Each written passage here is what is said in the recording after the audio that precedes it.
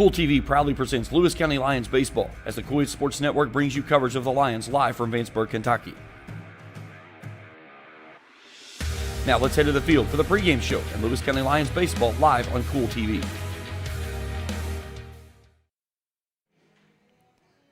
And a pleasant good evening from Vanceburg as we get you set for Lewis County baseball as the Bath County Wildcats make the trip in from Owensboro on a tardy arrival here this evening. Good evening, everyone. James Carr, happy to have you along with us tonight as the Bath County Wildcats roll in with a record of 12-12. They were losers last night to West Carter, 6-4 in 8 innings. They had won 7 straight prior to that loss before falling to the Comets last night. Last night for the Lions, they snapped a 9-game losing streak with a 16-1 win over Bracken County here at home and hoping to keep the things moving in the right direction with a victory this evening. This was a game that was scheduled originally for Monday night. Mother Nature and her Prozac-less appetite washed us out, so we'll play it here this evening here in Vanceburg. We'll take a break. We come back. We'll meet our starting lineups and get you ready for first pitch. Lewis County and Bath County after this on Kool TV. Good morning, Isabella. Hi, David. Back for your morning routine? Clark's Refresh Rewards program is something you'll flip for. Hey, Isabella. Hi, Annabelle. Donut? Don't forget the sprinkles.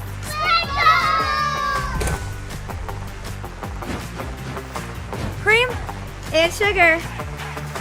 Download our app today and enjoy all of the rewards. No flipping required. Clark's Pump and Shop. Return, refresh, refuel. If you're looking for a complete discount pharmacy with old-fashioned service and excellent prices, look no more. Since 1979, Stultz Pharmacy has provided our area with the finest in pharmacy care, 24-hour emergency prescription service, free delivery, and drive-through service for prescriptions. Stultz Pharmacy continues to fill all of your expectations. They carry a nice selection of gift items. For hometown service, see the professionals at Stultz Pharmacy in Greenup. More than you expect from a pharmacy. Stultz Pharmacy. At First National Bank, we strive to make every person that walks through our doors feel like family. Because to us, you are. For over 120 years, we have lived in and served the families of Kentucky with genuine care through the good times and the bad. Come and see the difference banking with family can truly make for you at any of our 7 locations or visit our website at www.fnbgrayson.com. First National Bank, member FDIC. Kentucky Christian University is a private, nonprofit university located in the beautiful foothills of eastern Kentucky. For over a century, KCU has been transforming the hearts and minds of students through a Christ-centered academic community that is both academically rigorous and intimately personal. Begin the journey to the career of your dreams today at kcu.edu.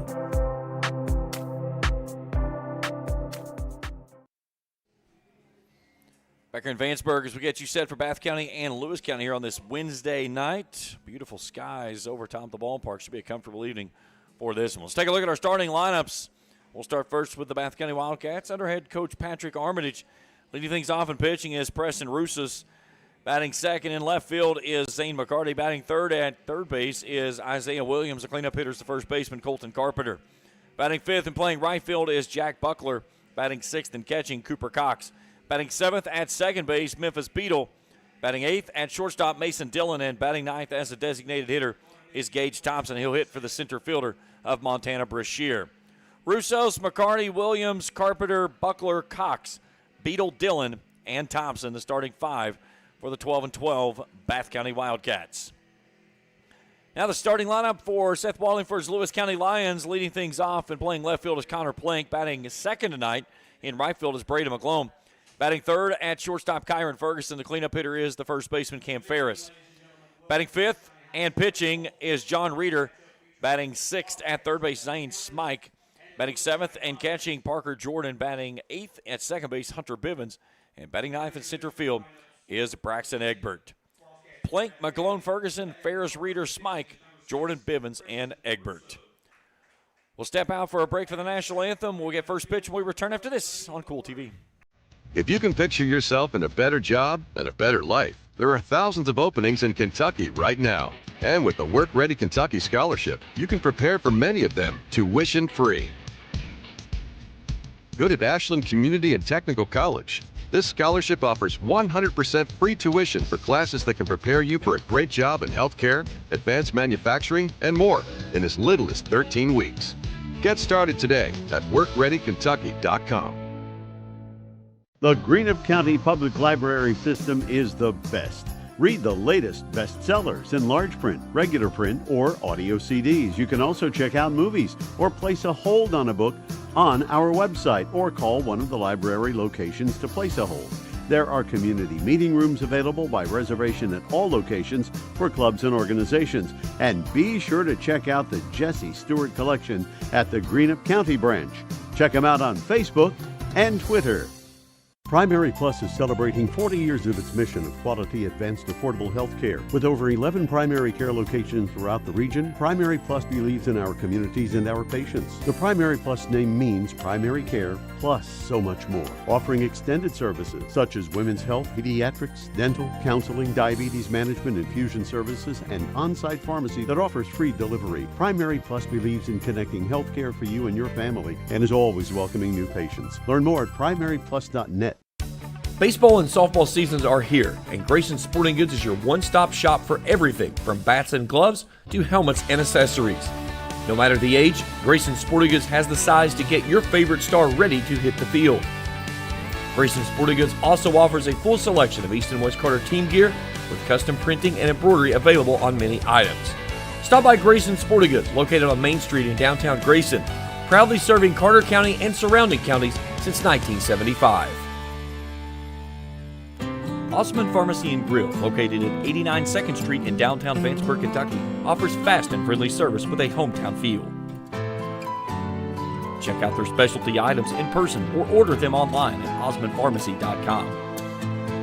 Osmond Pharmacy and Grill also has daily dinner specials where you can dine in or get your order to go. Stop by or call Osmond Pharmacy and Grill today. Osmond Pharmacy and Grill, 89 2nd Street in downtown Vanceburg. Since 1932, we've been a proud part of Kentucky, dedicated to serving our members with integrity, respect, and a commitment to excellence. We believe that by working together, we can create a brighter future for everyone. Whether you're saving for a new home, planning for retirement, or starting your own business, we're here to help you every step of the way.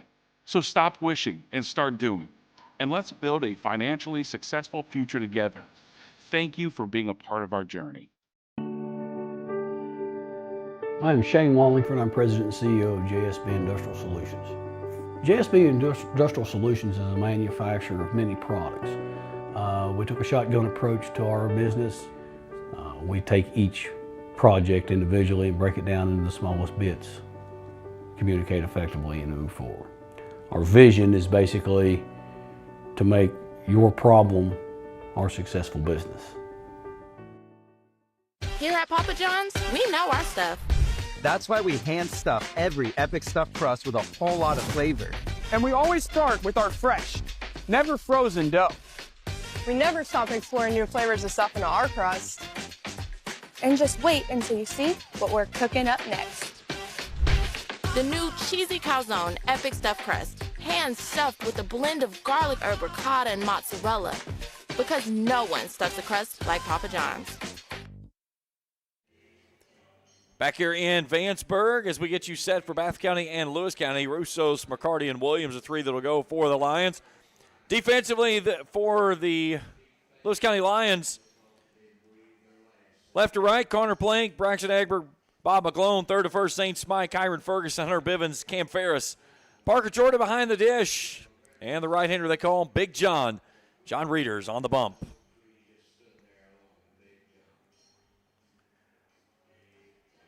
Reeder comes in making his 11th appearance on the season with an 0-5 record, 7.77 ERA, 33 and a third innings of work, 50 hits, 29 strikeouts, 21 walks. He's given up 61 runs, 37 of those have been earned.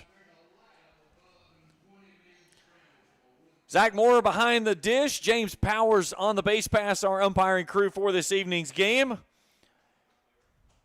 As we are ready for first pitch here in Vanceburg, and Preston Russos will start us off. Russo's batting .230 on the season, 14 hits, 9 driven in, a double.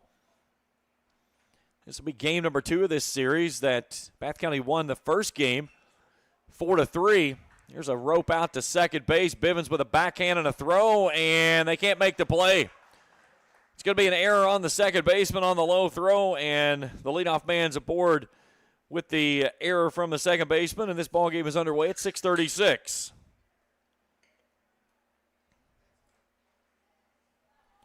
Mixture of sun and clouds over top of the ballpark, 73 degrees. No wind to speak of. So Zane McCarty will step in, a 403 hitter. 31 hits, 10 driven in, a double.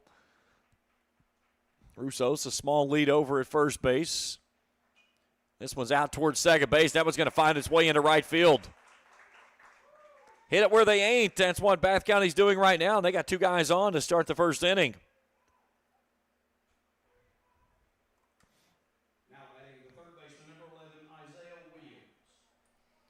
So Isaiah Williams steps in, 231 hitter, 15 hits, 10 driven in.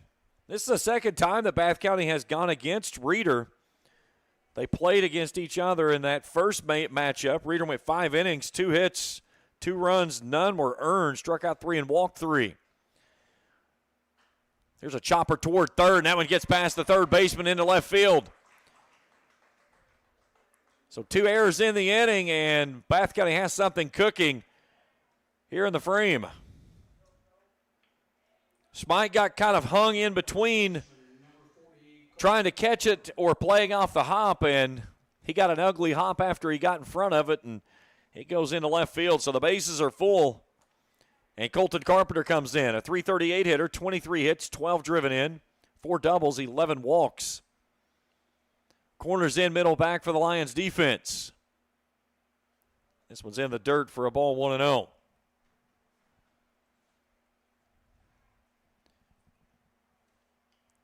First time with us here on the channel, hit that subscribe button. Give us a thumbs up if you see something you like. Hit that bell each time we put out new material. We'll alert you directly to your mobile device. Bases full for the Wildcats here in the visiting first. Reeder back to work. And that one's downstairs, and it's 2 balls and no strikes. That's a dead wasp. Whatever its last thought was, it's gone. That one's off the helmet and a hit by pitch. And Bath County's going to take an early 1-0 lead.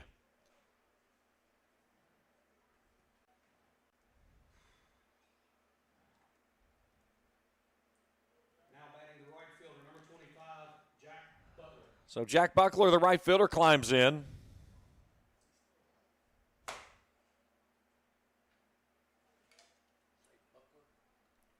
Buckler. Buckler, 276 hitter, 16 hits, 13 driven in, 4 doubles on the year. They'll say he offered at that first pitch, 0-1. Carpenter is credited with an RBI on the run that scores.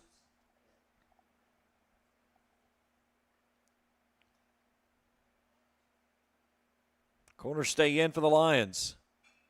This one's hacked foul on the third base side, and it's 0-2. Reeder needs a strikeout in the worst way right here, a ground ball that gets him an out at the plate. Again, if you could wiggle yourself out of this jam right here, only giving up 1, you'll go to the dugout happy.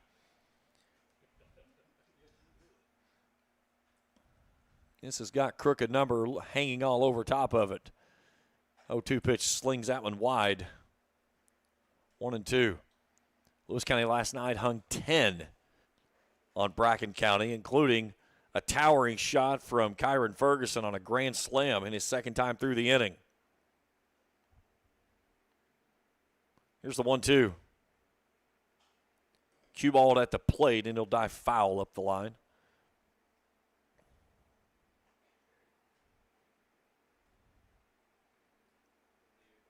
McCarty at third, Williams out at second, Carpenter over at first. 1 run already across the frame. Still nobody out. Reeder from the windup. 1 foot on, 1 foot off. This one's out to right. McGlone drifting toward the line. This is a long run. He's going to run it down. Tagging and scoring will be McCarty, so the sacrifice fly is complete, and it makes it 2-0. That's one of those balls there that you almost flirt with, that you look and say, would I have been better off to try to let that one fall, because you know it's a guaranteed run if you do catch it, because there's no chance you're going to turn and spin. But either way, they'll have runners at the corners now, as Carpenter could not tag. And in comes the catcher of Cooper Cox.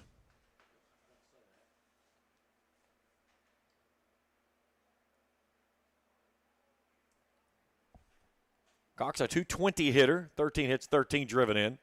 Breaking ball runs wide for a ball, 1-0. Williams at third, Carpenter over at first.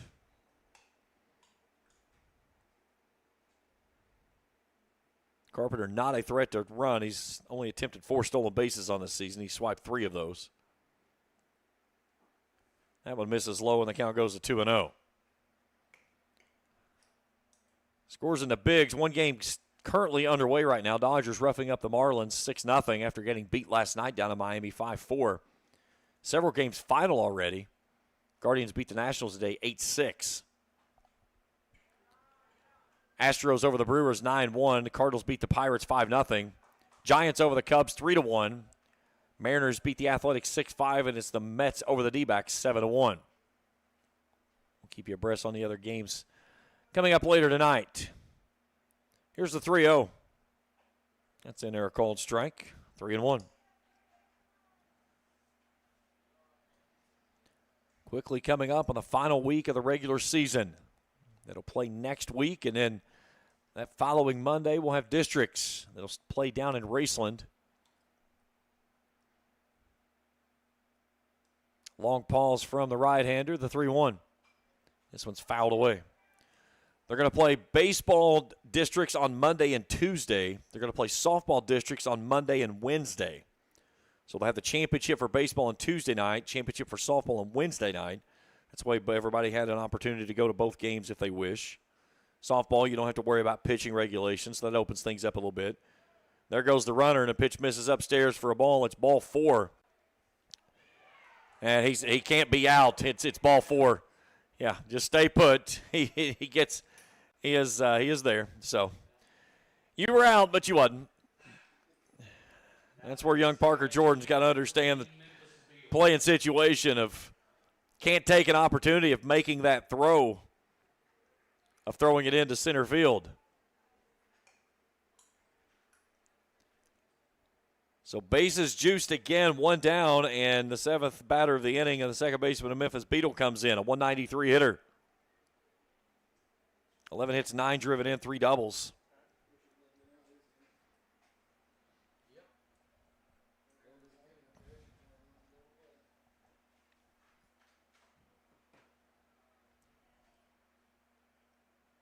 Corner State pinched in for the Lions defense. And that one hits him. So a hit by pitch for the second time in the inning will plate another run.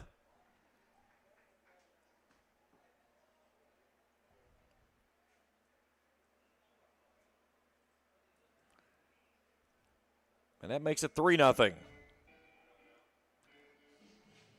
And we get a visit to the mound from head coach Seth Wallingford.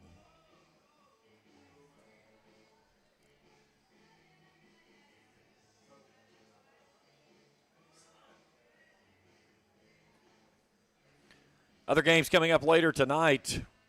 Rangers and Red Sox just getting underway up in Boston. Phillies are in Tampa. Padres up in the Bronx with the Yankees. Reds are at the Braves tonight. Orioles, Twins, White Sox, Royals. Tigers and Rockies will play tonight at 8:40 in the nightcap. Blue Jays are at the Angels. So 3 runs across for the Wildcats here, and Mason Dillon, the shortstop, will climb in. Only 1 out.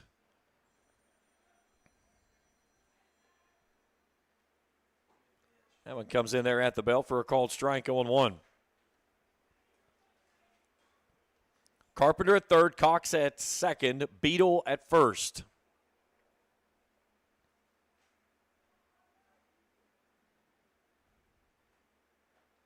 That one nearly hits him as it gets under the hands for a ball. We got a courtesy run around at second base for the catcher Cox, as that's guessing his younger brother, the 8th grader Parker Cox, running for him. That one stays up and in, 2-1.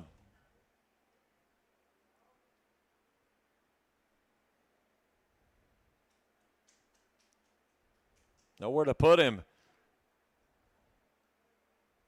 Reeder back to work. This one's out to second base and through the glove of Bivens into center field. It's going to play 2 runs. The runners will move up on the throw, and it makes it 5-0. Bath County. Third error of the inning.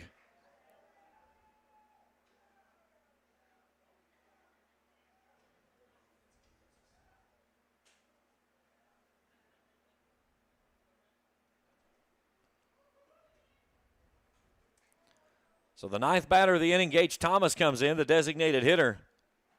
Batting 143, and he looks at a pitch in there for a cold strike.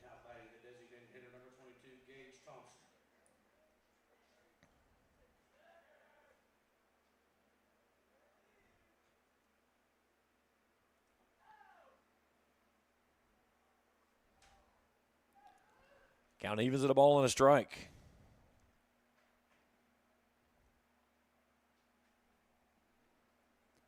The 1-1. Lifted weakly behind second base. Ferguson has a beat on it. He'll make the catch. And there's 2 down in the inning.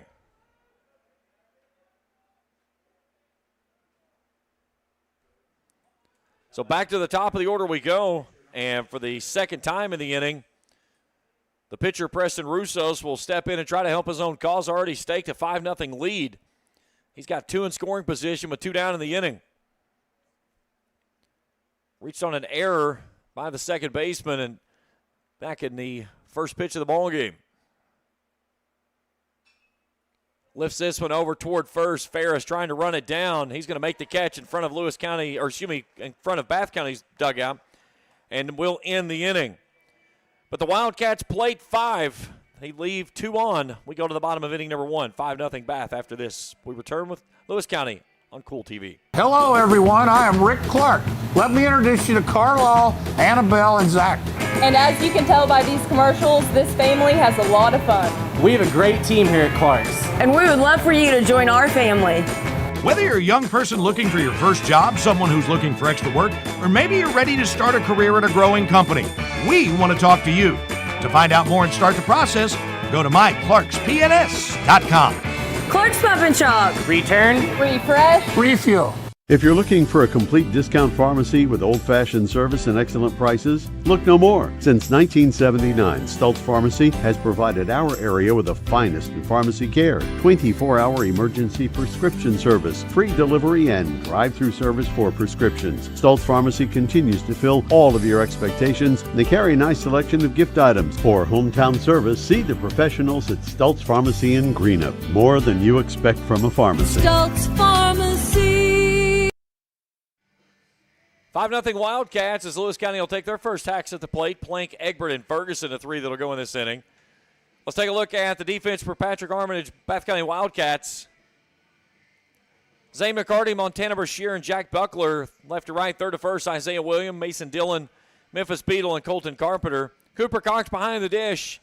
And the right-handed senior of Preston Russos on the bump. Russos making his 8th appearance on the season with a 2-2 record, a 3.08 ERA. 25 innings of work, 28 hits, 32 strikeouts to 12 walks. 20 runs surrendered, 11 of those have been earned. So Bath County doing all of its damage with only 1 hit. But he took advantage of 2 hit batters, a walk, and 3 Lewis County errors.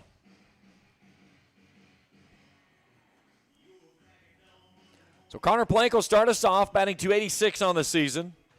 14 hits, 10 driven in. Leads the team in walks with 17.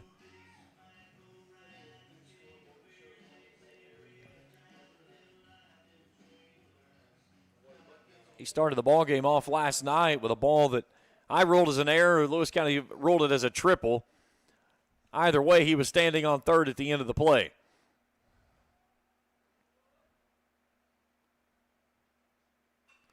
He flares this one over toward the third base line. That's a fair ball.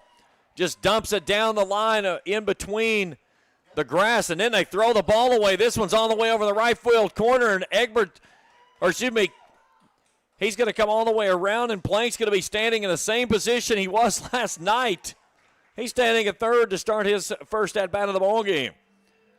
So a single and then a two-base error on the throw from McCarty. I'm not certain where he was throwing the ball toward, and I don't know that anybody else out there knew it either. So Bob McGlone will step in.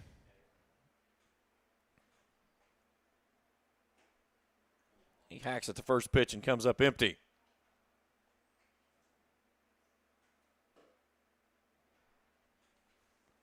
Malone batting .275 on the year, 14 hits, 6 driven in. Russo's working from the stretch. Tries to sneak that one in at the top of the zone and misses 1-1. One of our Kool Sports Trivia question coming up in the top of the second inning.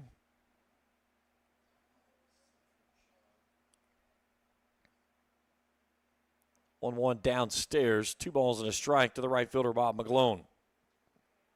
5-0 Bath, but Lewis County threatening here in the home first.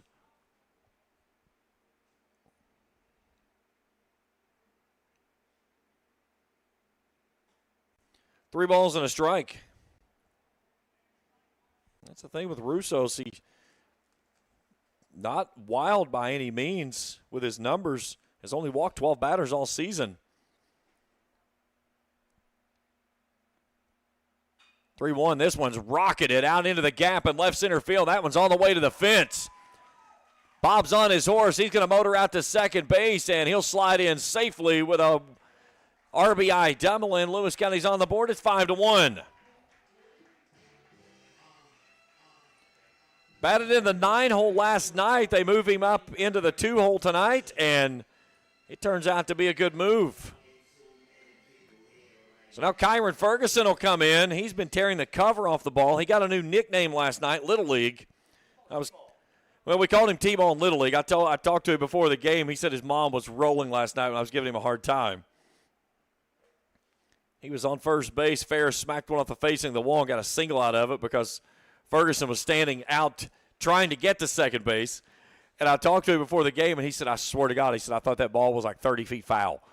He said, I went to second base and turned around and came back, and he said his first base coach looked at him and said, what are you doing? He goes, that ball's a foul. He goes, no, it's on the face of the wall. And he's like, oh, crap. Sticks his bat out and flips this one over to first. Carpenter's going to haul that one in, 1 down in the inning.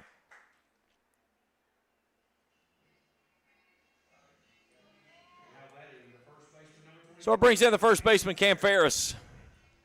Ferris, 377 hitter on the year, 20 hits, 8 driven in, 6 doubles. Should have had number 7. He was almost running up the backside of Ferguson out of second base when he had to scamper back toward first. Lazy fly ball out to left center. Brashear comes on. He's got it in his sights, makes the catch. There's 2 down.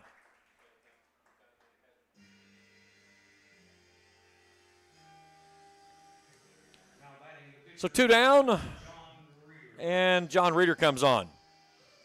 207 hitter, 12 hits, 6 driven in, 2 doubles, 7 walks on the year. McGlone standing out at second base with the RBI double to give Lewis County their lone run thus far in the ballgame. They trail at 5-1. Russo sends that one just low for a ball. 1-0.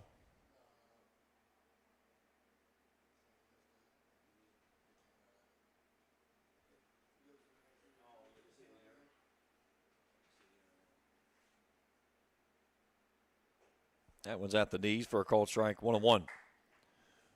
Tonight's game's brought to you apart by Kurt Robinson State Farm Insurance. For all your insurance needs, see the good folks at Kurt Robinson State Farm Insurance. And by Sparks Funeral Home, located on Main Street there in Grayson.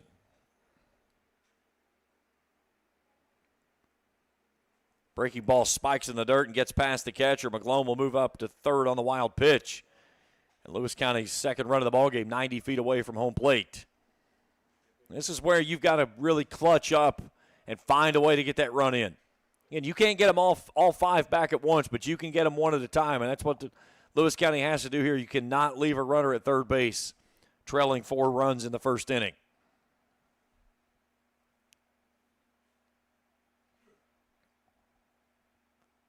The 2-1. Ropes it over to third base, but bends it foul. That's a perfect setup pitch to work that big slider down and away.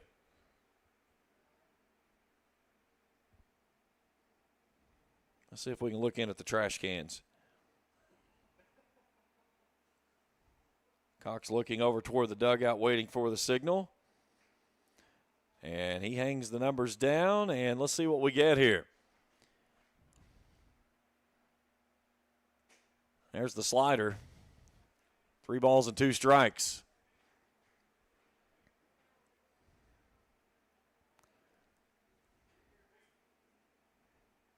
This is where you say, my best against your best.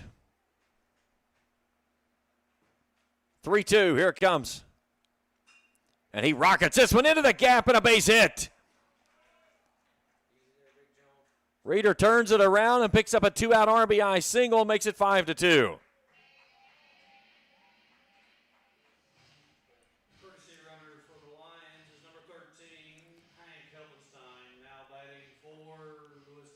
So Helpenstein comes on to run for the pitcher, and the third baseman of Zane Smike comes in. So 2 down in the inning. The Lions get the runner across. Now Zane Smike trying to keep things rolling. Smike batting .356 on the season.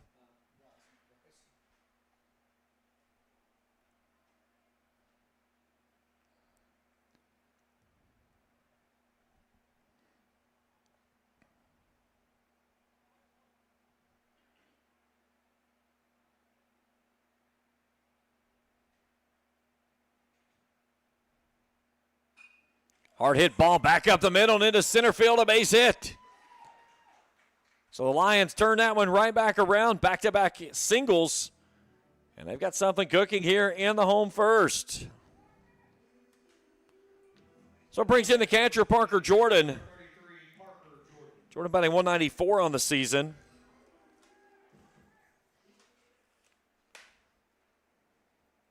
Jordan, a sophomore, playing for this year's squad. 2 on, 2 out. Russo's trying to stop the damage here. Hits that one at the outside corner for a called strike, 0-1. Hunter Bivens will go next if the inning will continue.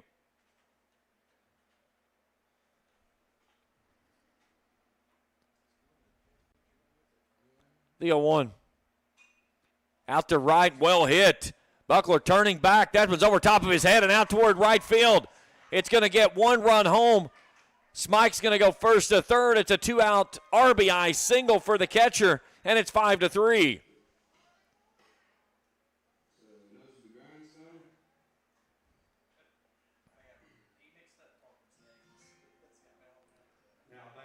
So 3 consecutive singles, 2 of those RBI singles. And now the second baseman, Hunter Bivens, comes in, batting .185 on the year.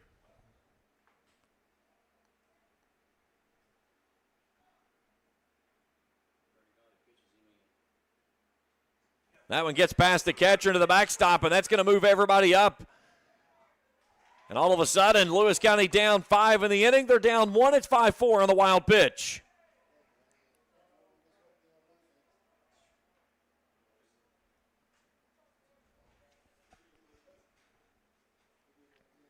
Jordan looked like one of the cartoon characters running to second base right there.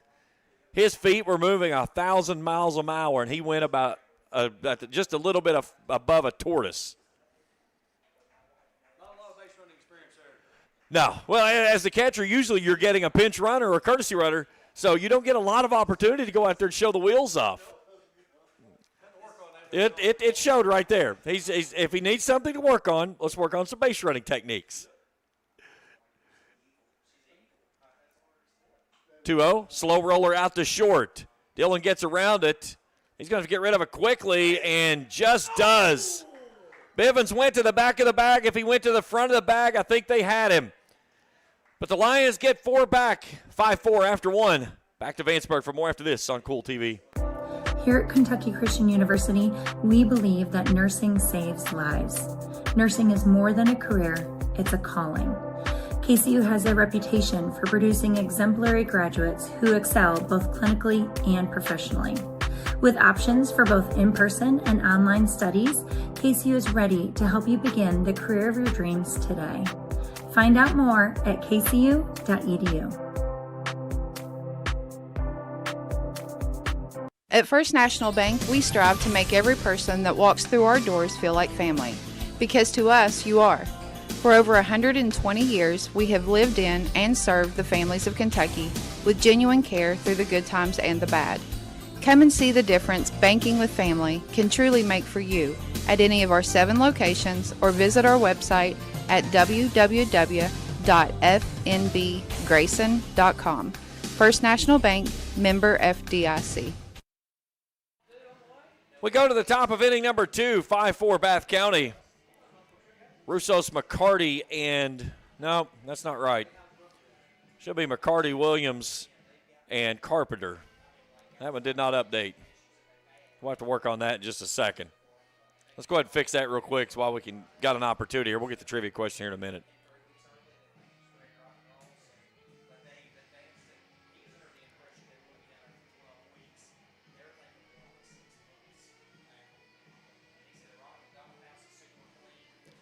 So Bath County put 5 across in the first inning. Lewis County answers with 4 of their own.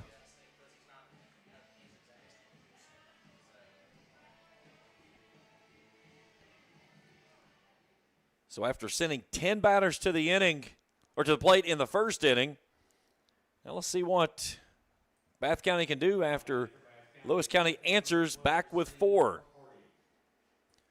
So Zay McCarty will start us off. Single to right his first time through. Had the lone hit for the Lions in that 5-run first inning. That one gets away from Big John and misses high for a ball 1-0.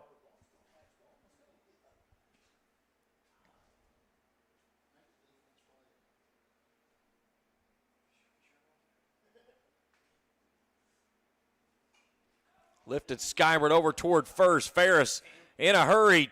Jordan runs it down and can't haul it in. It gets underneath him and up against the gravels. If he ran like that running to second base, he'd been standing at third.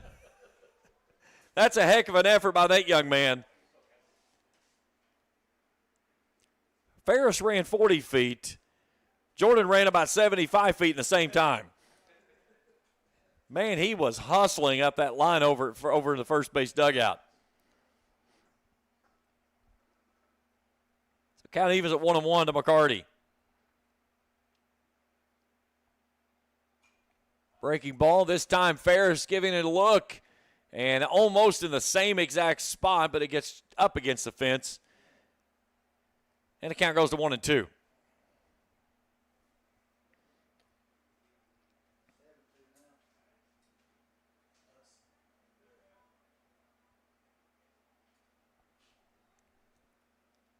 Reeder back to work with a 1-2 to McCarty. And he turns this one right back out to center field, and a leadoff single here in the second. He's got both hits for the Lions, or excuse me, for the Wildcats in the ballgame. So Isaiah Williams comes in. He reached on an error by the third baseman his first time through today.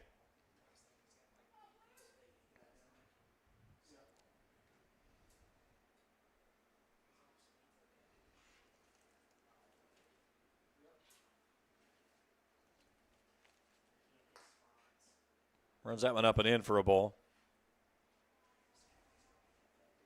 McCarty 13 of 14 on the season in stolen base attempts. Bath County has a team 63 of 74. They will try to push the issue from the top half of their order. 1-0, upstairs 2-0. Red Sox and Rangers scoreless headed to the bottom of the second up in Boston. Dodgers lead the Marlins 7-0, top of the 9 in Miami. Checking the runner back in easily is McCarty. So 2 hits for the Wildcats in this one, and McCarty owns both of them. Single to right, a single to center.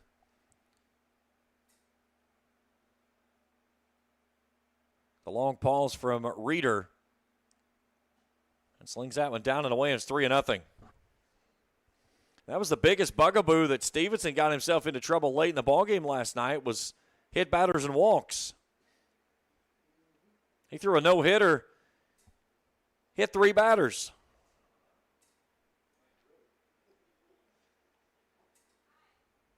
And a 4-pitch walk, has 2 on.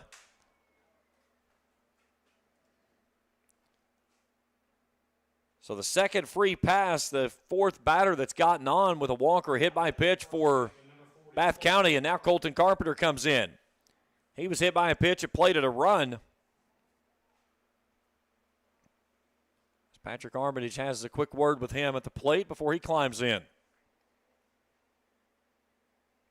He owns the only home run of the season this Wildcats team has hit. He rolls this one out towards short. Ferguson with the flip. Can they get 2? And the dig by Ferris, they will. The runner coming to the plate. And he's going to slide in safely. So they get the double play on the Ison's Cards and Collectibles instant replay. But a heads-up base running there by McCarty after Ferris kind of hesitated with the ball at first. He never broke stride and came to the plate in a hurry and got in there before the throw.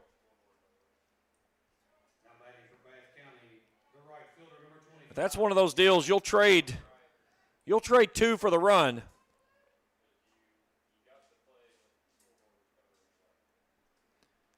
So base is empty, 2 down now, and Jack Buckler steps in. He fouls this one away.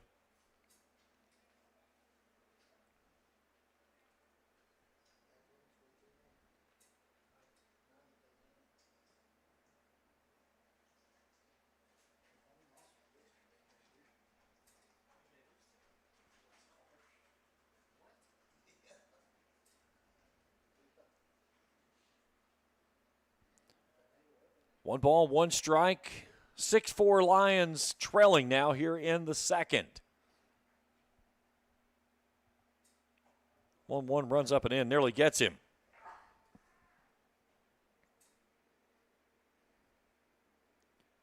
Buckler had a sacrifice fly to play to run back in that first inning. That was at the knees. Count evens at 2-2. Cooper Cox in the on-deck circle would go next if the inning continues. Odd seeing a catcher in the on-deck circle with 2 outs and no shin guards on. That's right. 2-2 pitch. Stays upstairs as he lays off the fastball, and the count goes to full.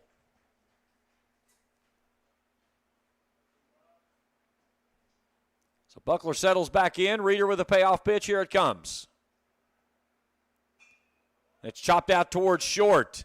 Ferguson will scoop a running throw and pulls the first baseman off the bag. That's going to allow the runner to move out to second base. He's going to stop right there, and the 2-out error will keep the inning alive.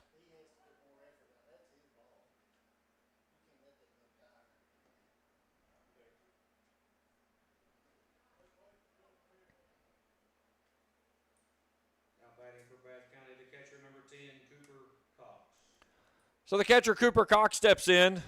Walked his first time through. So no damage done on the error, but it keeps the inning alive for Cooper Cox to try to come through here. That one misses wide for a ball.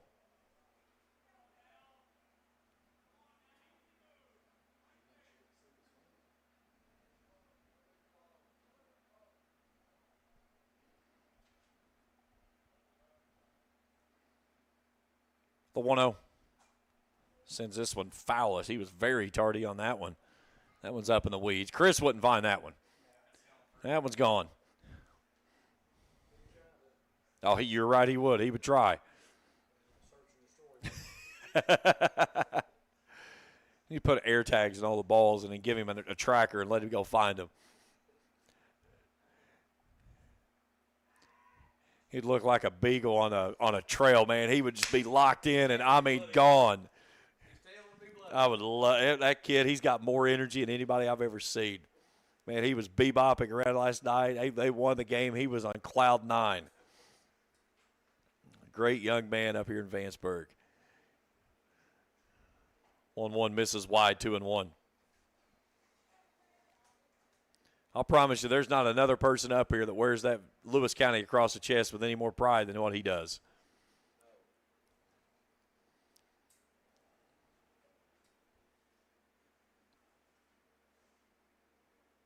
The 2-1. Weakly hit, and this is all kinds of trouble. This one's going to tumble in down the right field line.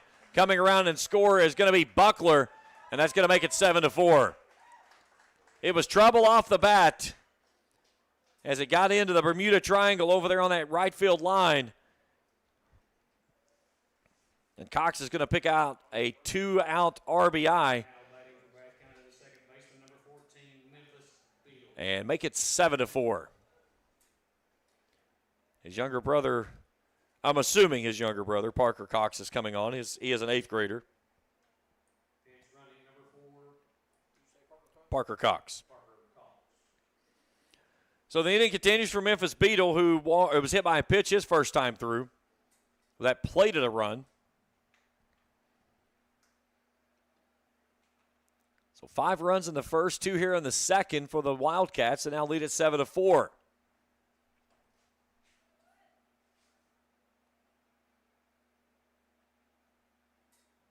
This one's in the dirt. Nice job there by Jordan to smother that one in front of him and keep that runner over at first base.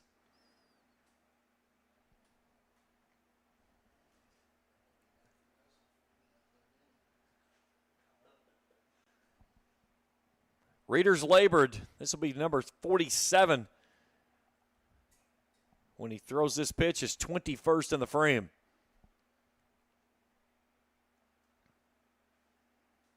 Bath County batted around in the first, sent 10 batters to the plate in the first inning. They got 5, but Lewis County plated 4 back in the home half of that inning. There goes the runner. That one gets past and to the backstop as it went behind him.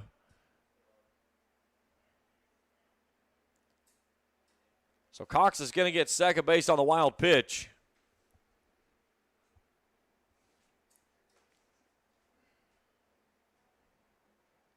Reeder sitting under 50% strike ratio right now at 48% on the evening.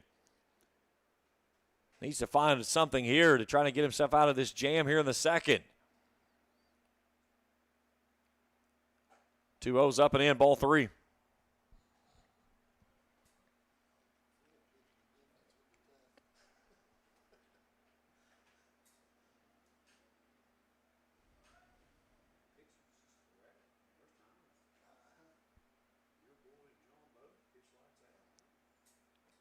.30 at the knees, are called strike.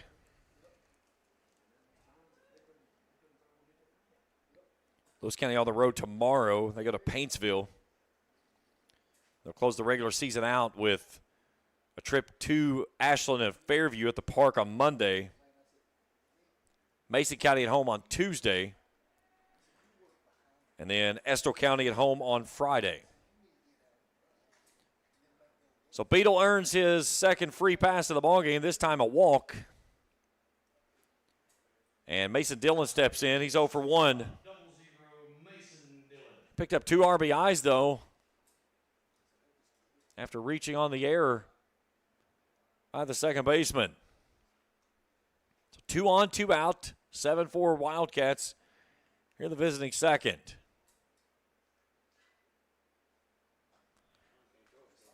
Reeder slings it wide, 1-0.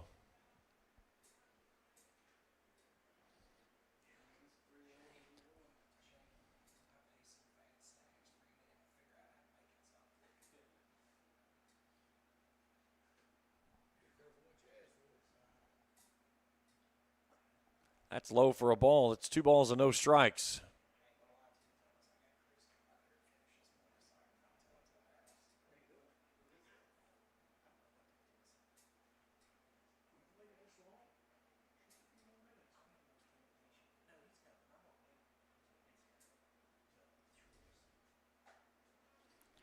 Three and 0.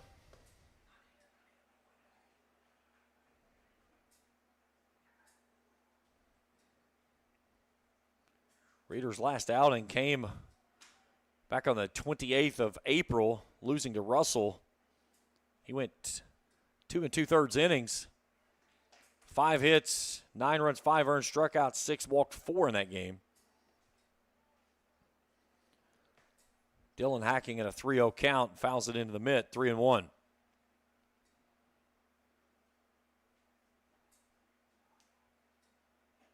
That's wide, ball 4, and the bases are loaded.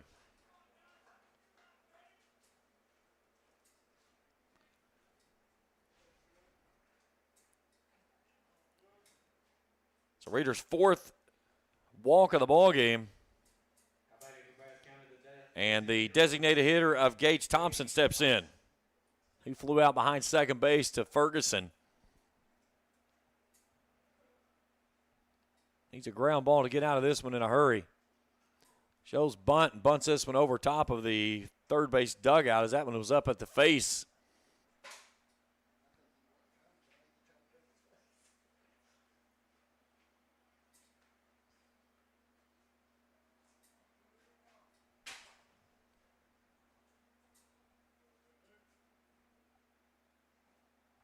That's low for a ball, 1-1. Top of the order of Preston Russo's, is in the on-deck circle, would go next.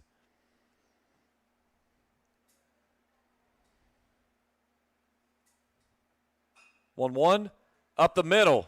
It's going to be a tough play for Ferguson, and he can't make the play.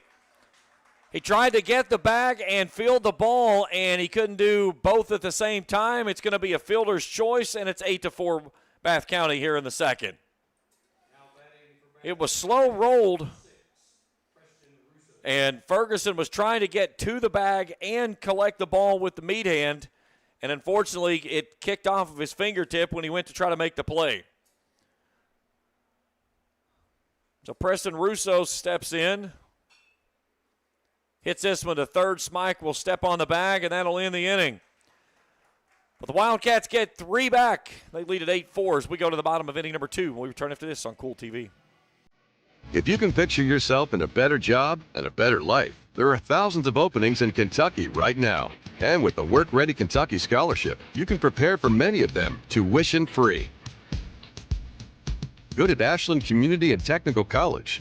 This scholarship offers 100% free tuition for classes that can prepare you for a great job in healthcare, advanced manufacturing, and more in as little as 13 weeks.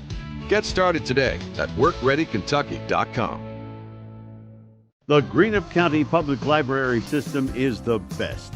Read the latest bestsellers in large print, regular print, or audio CDs. You can also check out movies or place a hold on a book on our website or call one of the library locations to place a hold. There are community meeting rooms available by reservation at all locations for clubs and organizations. And be sure to check out the Jesse Stewart collection at the Greenup County branch.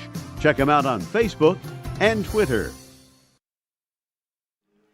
Bottom of inning number 2, 8-4.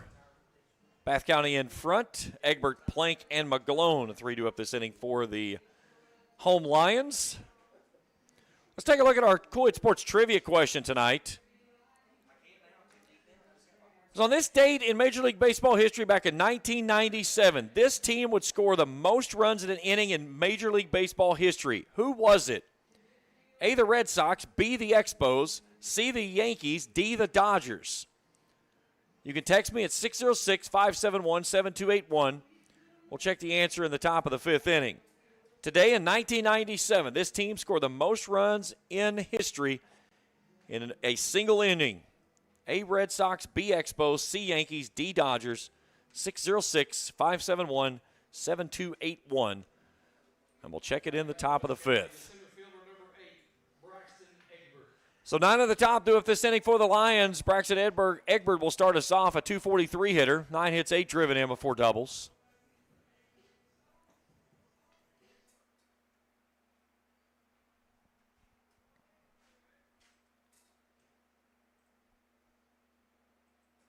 First pitch misses high for a ball.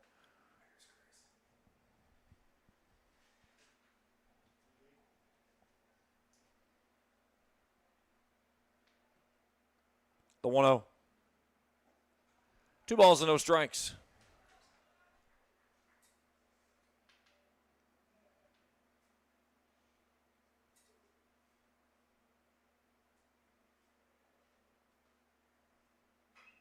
Chopper toward third and a foul ball.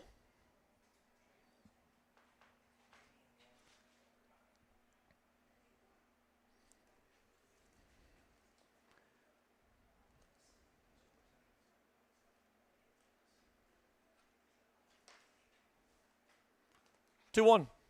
Nice pitch in at the belt for a called strike. Bath County scheduled for a doubleheader tomorrow with Model down at EKU. They've got Bourbon County at home on Friday. They play Dayton at Paris on Saturday.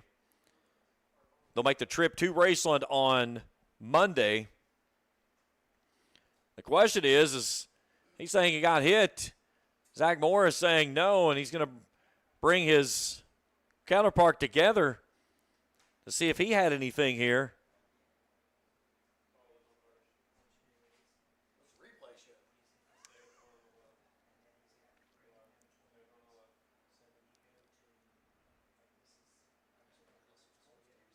So if he did get hit, either way, he's going to have to play through it because they're not going to overturn it. Back to Bath County's schedule, they go to Fairview at Ashland Central Park on Tuesday, at East Carter on Wednesday, and in Powell County on Thursday. And then they'll get into 61st District play the following week. 2-2 pitch, swung on a miss, strike 3. One down here in the second. First strikeout for Russos. And back to the top of the order we go in Connor Plank.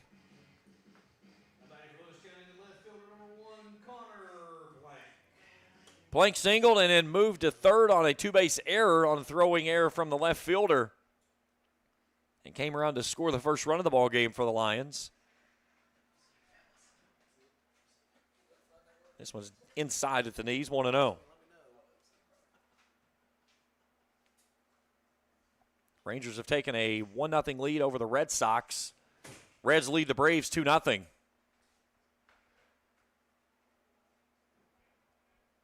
That ball didn't go past him. It went through him.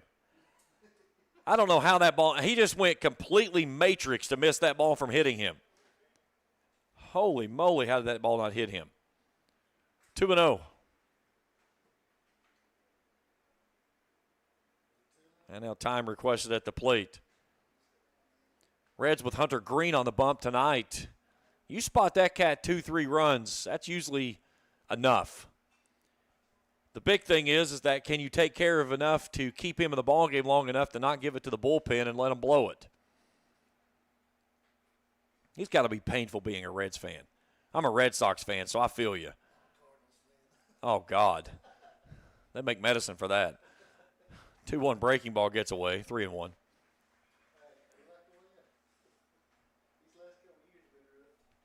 I've been winning much here lately. The Redbirds have been the dead birds. 3-1 fouled away. Until they play Cincinnati. Every team has that one team, and the Reds' bugaboo is the Cardinals. And Pirates are usually a nemesis as well. Here's the payoff pitch. Ropes this one over toward third, but right at Williams, he'll make the catch. 2 down in the inning.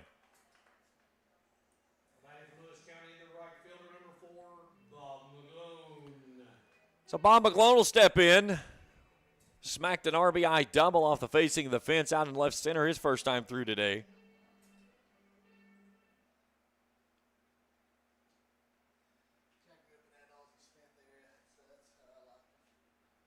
Eight-4 Bath County here in the second. Got him to swing over top of the curveball there. Looked like Serrano. Bats are afraid.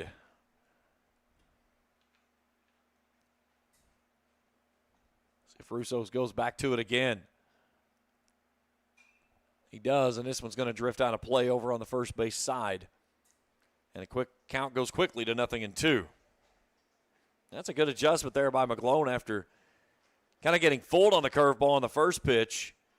Got something on it there. Now let's see what they do with him here. If they try to stay with the breaking ball or if they go back to the heater and they're going fastball straight at him. Here's the 0-2.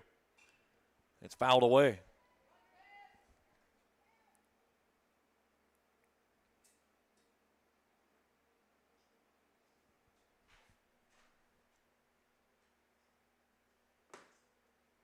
Another breaking ball coming. The 0-2. Lifted skyward, left field. He got under it. McCarty drifts to the line, and it's a 1-2-3 inning for the Lions. We're through 2. 8-4 Bath County in front. Back after this on Kool TV. Primary Plus is celebrating 40 years of its mission of quality, advanced, affordable health care. With over 11 primary care locations throughout the region, Primary Plus believes in our communities and our patients. The Primary Plus name means primary care plus so much more. Offering extended services such as women's health, pediatrics, dental, counseling, diabetes management, infusion services, and on-site pharmacy that offers free delivery. Primary Plus believes in connecting health care for you and your family and is always welcoming new patients. Learn more at primaryplus.net. Osmond Pharmacy and Grill, located at 89 2nd Street in downtown Vanceburg, Kentucky, offers fast and friendly service with a hometown feel. Check out their specialty items in person or order them online at osmondpharmacy.com. Osmond Pharmacy and Grill also has daily dinner specials where you can dine in or get your order to go. Stop by or call Osmond Pharmacy and Grill today. Osmond Pharmacy and Grill, 89 2nd Street in downtown Vanceburg. Top of the third inning, 8-4 Bath County in front. McCarty, Williams, and Carpenter do up this inning for the visiting Wildcats. McCarty with 2 of the 3 runs in the ball game for the Wildcats.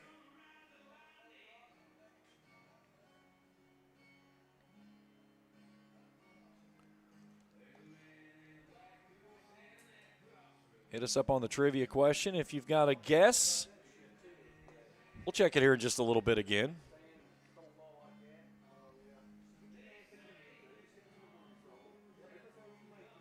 Padres-Yankees scoreless in the top of the second inning, as are the Phillies and the Rays. So Zay McCarty will start us off. He's 2 for 2, 2 singles.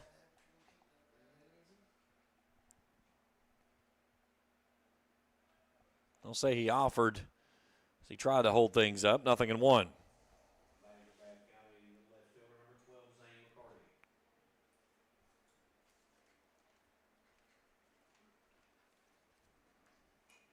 Chops this one over toward third, a 2-hopper to Smike. He'll fire it across, 1 down. That's what Reeder needs. He needs a quick inning. Sitting at 61 pitches currently.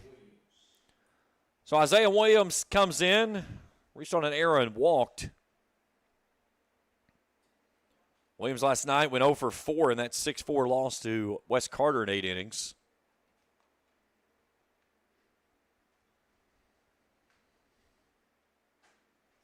Gives him some gas and fires it right past him with a 91 octane.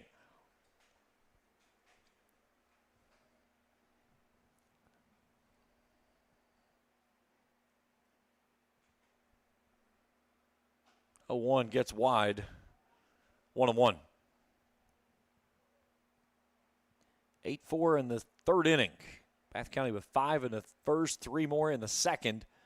Lewis played at 4 in the first and went scoreless in inning number 2, and they went in order to speak of that.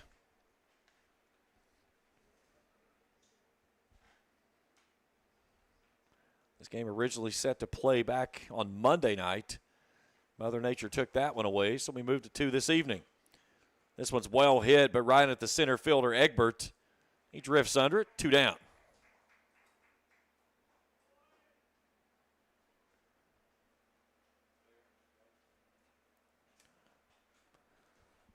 So the first baseman of Colton Carpenter comes in.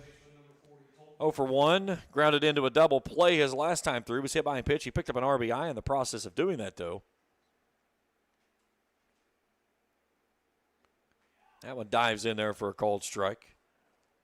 This is exactly what Reeder needs, a quick inning. Roll him up a ground ball here and get out of this with 8 pitches.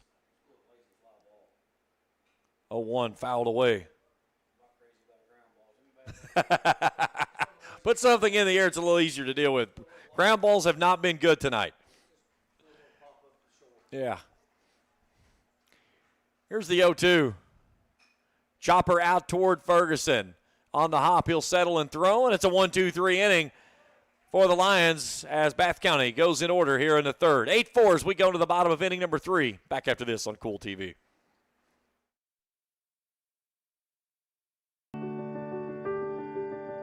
I am Shane Wallingford. I'm President and CEO of JSB Industrial Solutions. JSB Industrial Solutions is a manufacturer of many products. We took a shotgun approach to our business. We take each project individually and break it down into the smallest bits, communicate effectively, and move forward. Our vision is basically to make your problem our successful business. Since 1932, we've been a proud part of Kentucky, dedicated to serving our members with integrity, respect, and a commitment to excellence. We believe that by working together, we can create a brighter future for everyone. Whether you're saving for a new home, planning for retirement, or starting your own business, we're here to help you every step of the way. So stop wishing and start doing. And let's build a financially successful future together. Thank you for being a part of our journey. We go to the bottom of the third inning, 8-4, Bath County in front. Ferguson, Ferris, and Reeder do up this inning, 3, 4, and 5. Good inning for the defense. Now can the offense get things fired back up here after going in order? Both teams go in order there in their last 2 at-bats.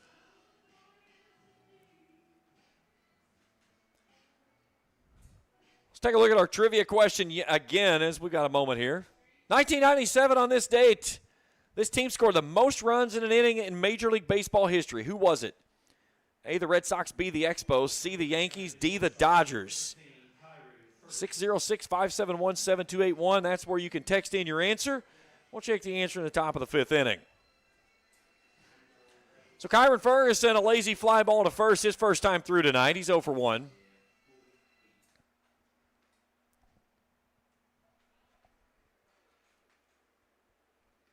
Had himself a heck of a night last night. Went 3 for 3, a home run, 5 runs driven in. I still don't know if that home run's landed yet. And it was through the wind, not into the wind, because that wind was blowing out of that left field corner, and it pierced it easily.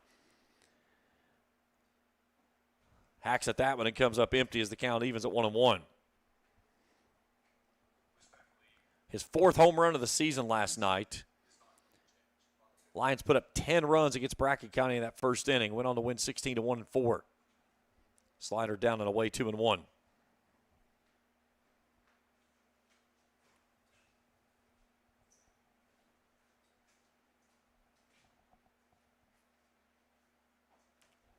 Nice breaking ball. Brings it in the back door, and it's 2-2.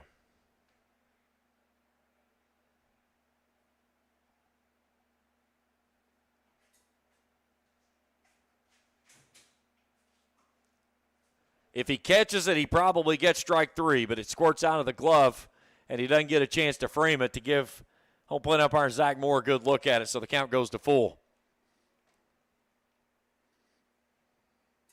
They're going to try him with some breaking ball stuff. Here's the 3-2, and he hacks it over towards short, a backhand pick. Dillon, a long throw over is not in time. It'll kick over top of the first baseman's head, but Ferguson, we know he's not going to second. That's an infield hit.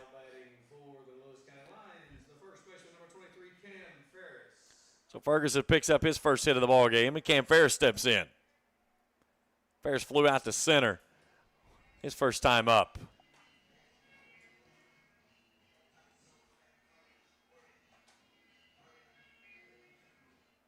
8-4 Bath County here in the earlier part of this game, and a game that got started very late. That ball's thrown away, and Ferguson's going to hop up and head out to second base on the throwing error from the pitcher. So Russo slings it past the first baseman, and that's one thing about this ballpark. There is a ton of real estate in foul territory.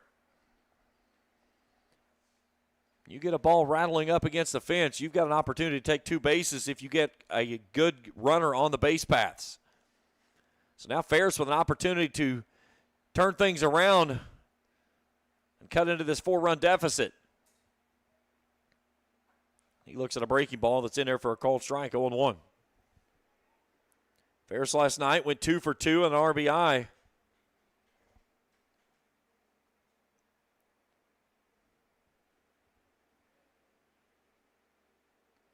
The 0-1.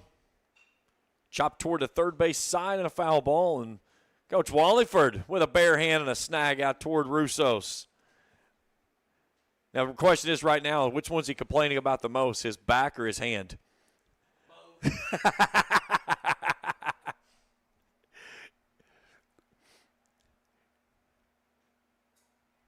The 0-2.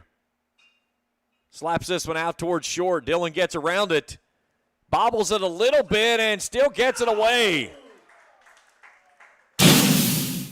Take a look at it on the iSense Cards and Collectibles instant replay. Dillon bobbled it a little bit when he handled it. Bang, bang, play at the plate. Or at the bag, excuse me. Ferguson does not move over.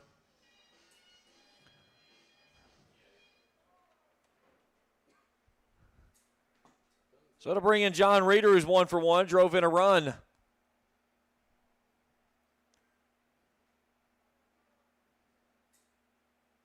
Looks at a breaking ball that's just wide for a ball, 1-0.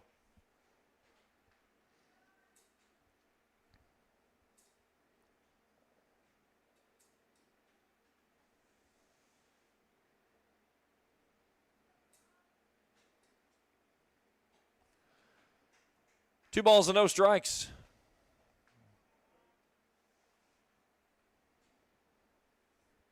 St. Smike in the on-deck circle. He smacked a single his last time through.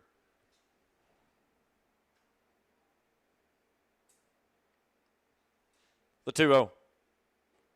Downstairs, 3 balls and no strikes.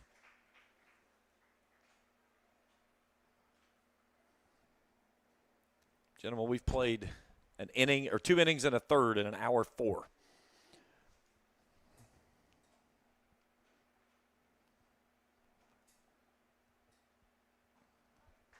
It's in there for a called strike. Well, listen, if you haven't had a hamburger in Vanceburg, you need to come up here because it's well worth it. Problem of it is I already had that and a hot dog, and I'm getting hungry again. We took us so long to wait. That's it. Good marketing plan. Here's the 3-1. That one hits him. So Reeder aboard on the hit by pitch. And now Zane Smike comes in.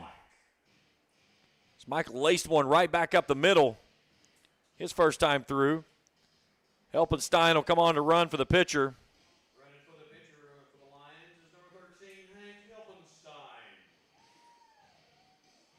I remember the first time last year I came up here, I said, is it Helpenstein or Helpenstein?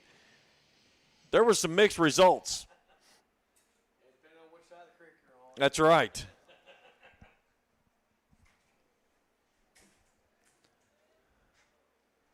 Two on, one out. Breaking ball stays up out of the zone for Smike, 1-0.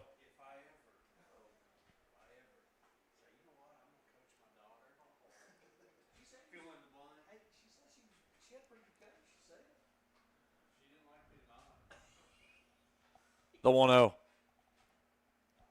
2 balls and no strikes.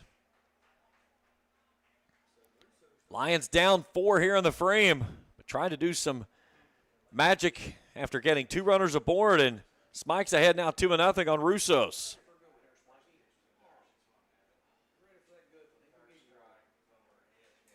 Three balls and no strikes. Smike last night went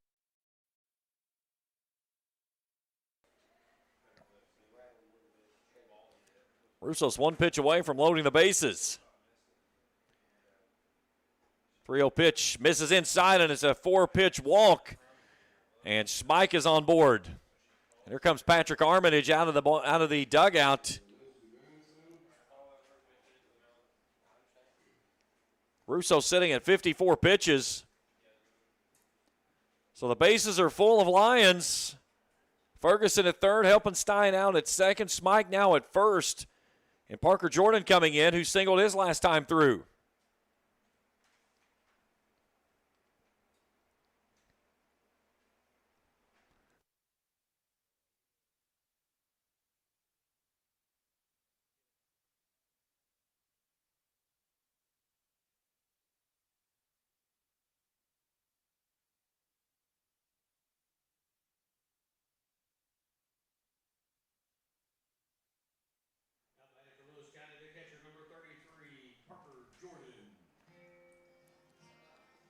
So Jordan singled to right on a well-struck ball over top the head of Buckler last time up.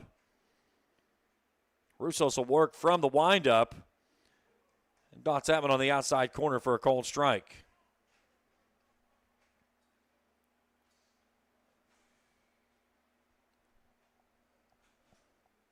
The 0-1. Big sweeping breaking ball that just misses inside. 1-1.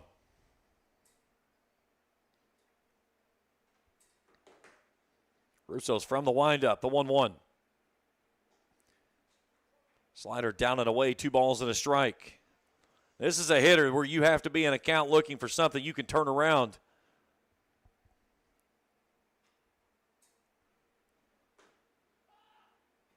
Two, 1, down and away, 3 balls and a strike.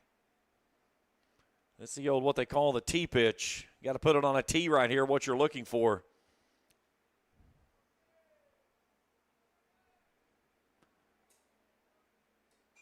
The 3-1 fouled away. The question is, how aggressive does Coach Wallingford get here? Does he put the runners in motion with 1 out? No, as Shane says emphatically. Here's the payoff pitch. Misses low, ball 4, and walks in a run, and it makes it 8-5. So Jordan picks up his second RBI of the evening. He's done it with a hit and a walk. And now Hunter Bivens comes on. We're going to get a runner for him over at first base this time, as Bryson Toller will come on. Coach Wallingford, I think, saw enough of his running for one night. He said, young man, come over here and sit down. Get your shin guards back on and get yourself ready to go. So Bivens 0 for 1 steps in. He grounded out to short his first time through. Bang, bang play at the bag.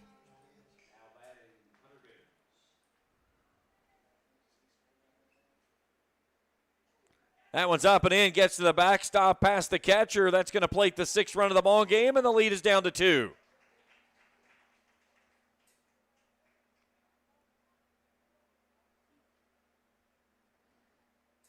So the tying run out at second base now. Only 1 out in the inning.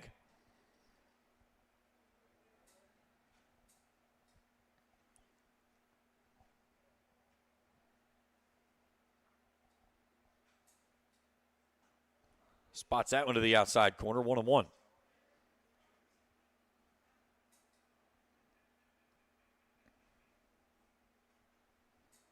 Egbert in the on-deck circle to go next. 1-1 low, 2 balls and a strike. 8-6 Bath here in the third.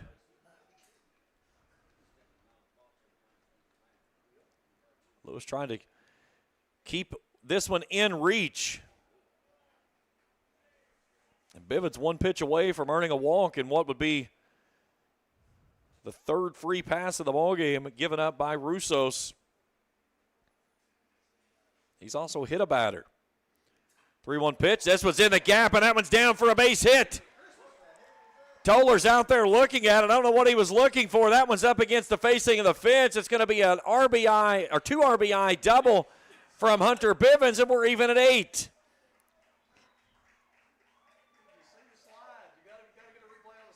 Yeah, the second base slide was about as ugly as it gets.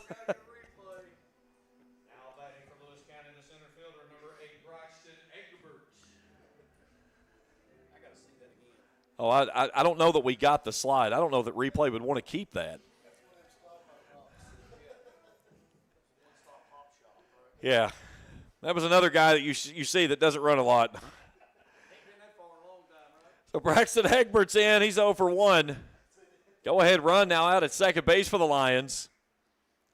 This was a 4-3 ball game when these two teams played earlier this year. Egbert last night, 0 for 2 with a walk and an RBI. So 4 runs in the first, 4 here in the third, and we're all even at 8. This was a flare down the right field line. This is trouble if it stays fair, and it's going to go for a foul ball.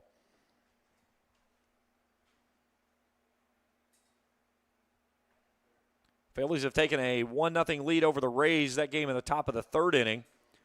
Padres-Yankees scoreless. Reds still lead the Braves 2-0, top of 3 down in SunTrust. Rangers still in front of the Red Sox 2-0. 8-8 here in the third in this one. Still only 1 out. And the count goes to 1 ball and 1 strike. Russo's just threw his 31st pitch of the inning. He's setting at 30 or 67 in the ball game. The 1-1. Swing and a miss. Got the fastball and couldn't connect. Top of the order of Connor Plank stands in the on-deck circle to go next.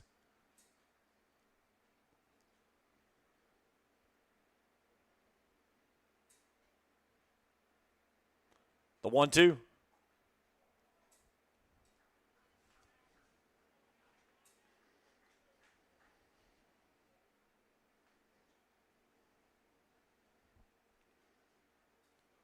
Cloudy but calm conditions here in Vanceburg. I think it's the first time I've been up here this year. The wind's not blowing. The 2-2. That one hits him. Same spot he got hit the first time.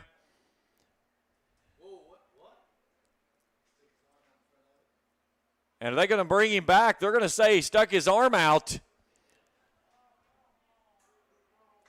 And if they do, that's strike 3. He is out.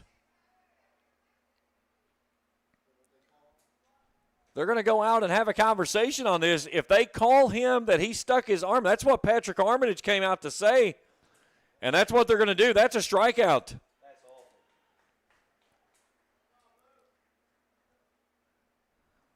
So obviously, if you're wearing red from Owensville, you like the call. If you're wearing blue from Vanceburg, you hate the call. And the worst part is he's not wearing an Evo shield, so he wore it for nothing. So 2 down in the inning now. Connor Plank steps in. Plank 1 for 2.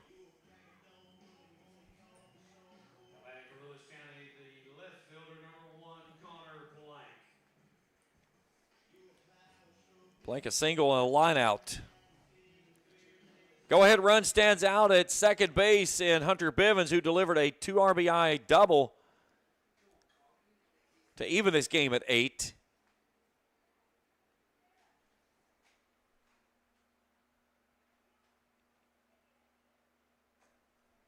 That one gets away from Russos on pitch number 35 of the frame. Brady McGlone, the 9th batter to go in the inning, would go next if Plank can reach.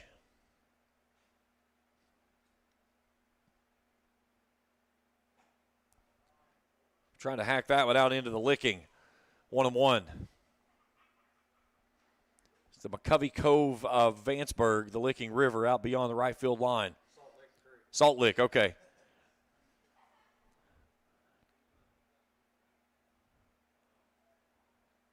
One runs inside. He's trying to hobble down the line. I have not seen a motion by the home plate umpire that he said that this was a dead ball.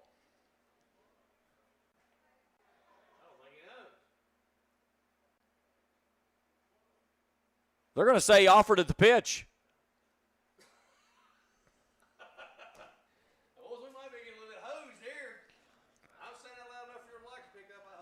One ball and two strikes, as they're going to say that Plank offered at the pitch when he got hit.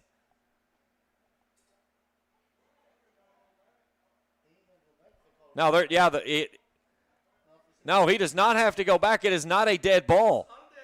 It's not a dead ball. If it's a dead ball, then he's on base. So the runner does move to third, but the count goes to 1 ball and 2 strikes.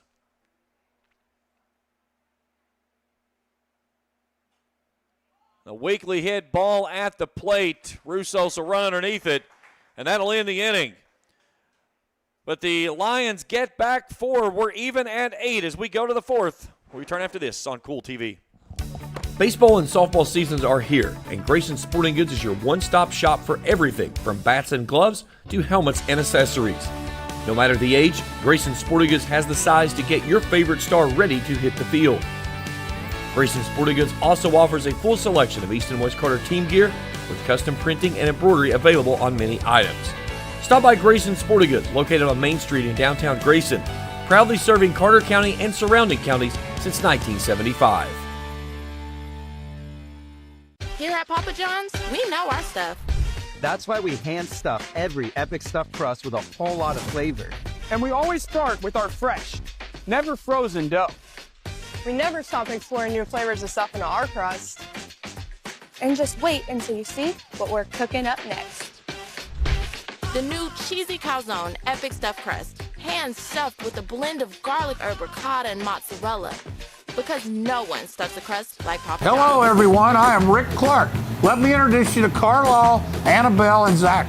And as you can tell by these commercials, this family has a lot of fun. We have a great team here at Clark's. And we would love for you to join our family. Whether you're a young person looking for your first job, someone who's looking for extra work, or maybe you're ready to start a career at a growing company, we want to talk to you. To find out more and start the process, go to myclarkspns.com. Clark's Pub and Shop. Return, refresh, refuel. If you're looking for a complete discount pharmacy with old-fashioned service and excellent prices, look no more. Since 1979, Stultz Pharmacy has provided our area with the finest in pharmacy care, 24-hour emergency prescription service, free delivery, and drive-through service for prescriptions. Stultz Pharmacy continues to fill all of your expectations. They carry a nice selection of gift items. For hometown service, see the professionals at Stultz Pharmacy in Greenup. More than you expect from a pharmacy. Stultz Pharmacy.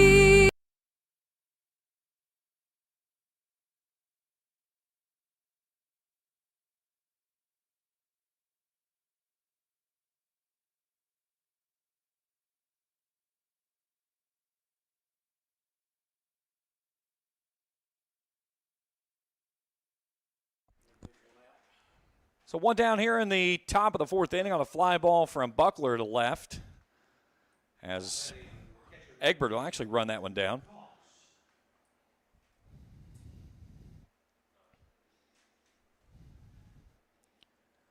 So Cooper Cox 1-for-1 steps in. Hits a little flare over to second.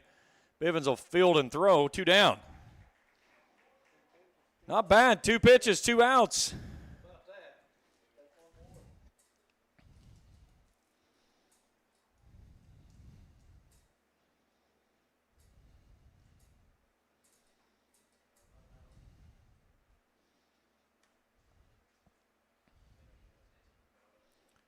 So Memphis Beetle comes in. It's in there for a called strike.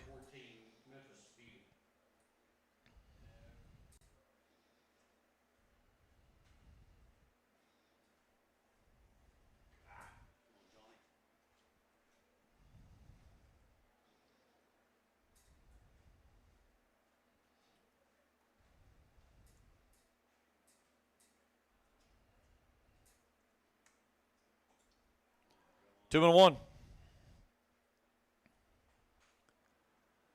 5 runs for the Wildcats in the first. Lewis County got 4 back. Bath put 3 up in the second. Lewis County went in order in the second. Bath County went in order in the third. Lewis County played at 4 in the third, and that's where we currently stand. And Reeder trying to work his second consecutive 1-2-3 inning, but he's fallen behind now 3-1. And he misses inside, and it's a 2-out walk to Beadle. His third time he's been on base today. 2 walks and a hit by pitch. And the shortstop, Mason Dillon, comes in. Dillon 0 for 1. Reached on an error and a walk.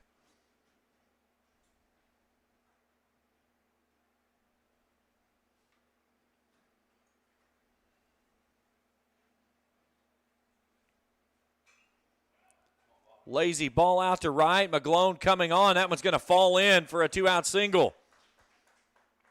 Got a little bit of a late jump on it. Hustle play there by McGlone, but couldn't hustle it down enough. So Dillon dumps that one in to right. And Gage Thompson comes on. Thompson 0 for 2. Fly out and grounded into to a fielder's choice that played it a run.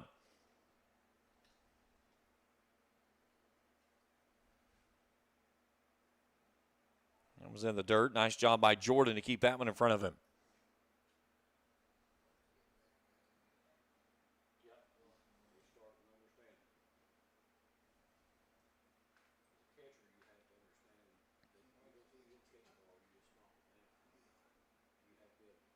The 1-0. Over toward right, and that one sneaks its way through into right field, a base hit. Here comes the runner. Here comes the throw to the plate. It's knocked down. They had the runner halfway to second, from second to third, and Jordan was getting ready to turn loose. I'm like, no, son, you hang on to that ball right there. You've got everybody held where you want them. So a little seeing eye flare into right. It loads the bases, and all this with 2 outs, and it rolls the order back to the top for the Wildcats. So Preston Russo steps in, who is 0 for 3.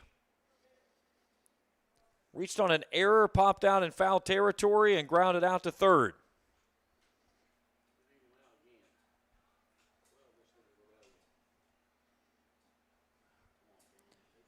This is not where you want to give up a free pass and give the lead up here in the fourth after getting 2 quick ones on two pitches. A walk, 2 singles, and this young man. Nice pitch at the knees, 1-1.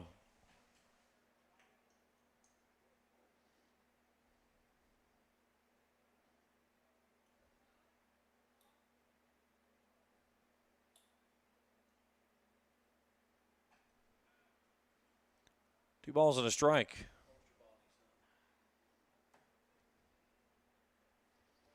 Eight here in the fourth. Lights on to the ballpark as it starts to get dark here in Vanceburg. 2-1.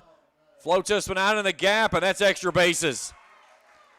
2 runs are going to come in to score. Russo's is going to motor out to second base. It's going to be a 2-out, 2 RBI double, and Bath County takes the 10-8 lead. You hear coaches talk all about it. 2-out walks will haunt you every time.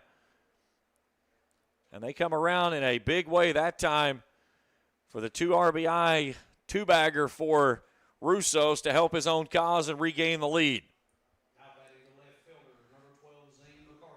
So Zane McCarty, he's got 2 of the 6 hits in this ball game for Bath County.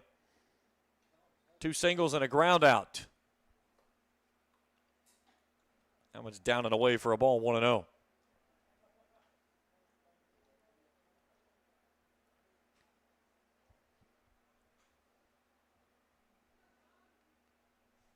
The 1-0.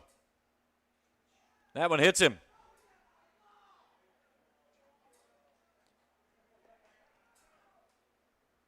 So McCarty's on base for the 3rd time in the ballgame. This time he's hit by a pitch. It's the 3rd batter that Reeder has hit this evening. And we're getting a visit to the mound from Seth Wallingford. After 2 pitches resulted in 2 outs, The last 14 pitches have resulted in the bases loaded and a 2 RBI, 2-out double to put Bath County back in front 10-8.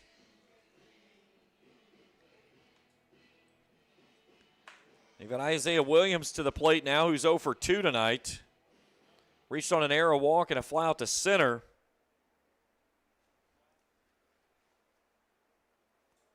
Williams went 1 for 4 when these two teams played back on March 27th.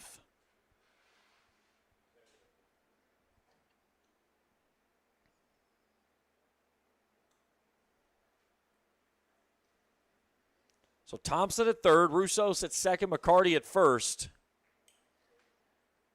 Reeder trying to pitch himself out of a jam and keep this at a 2-run deficit.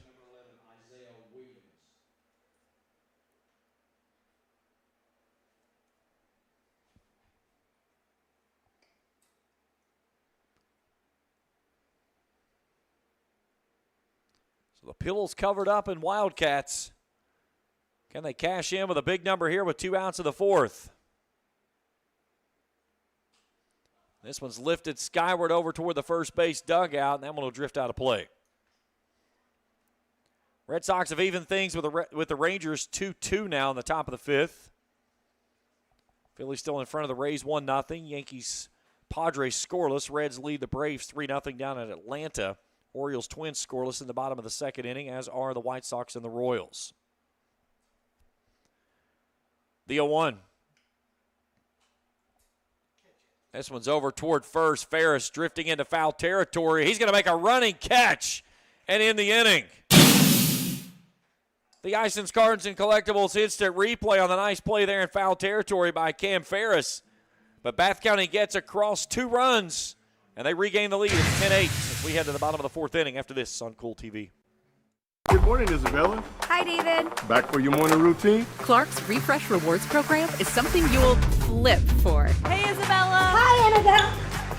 Donut? Don't forget the sprinkles.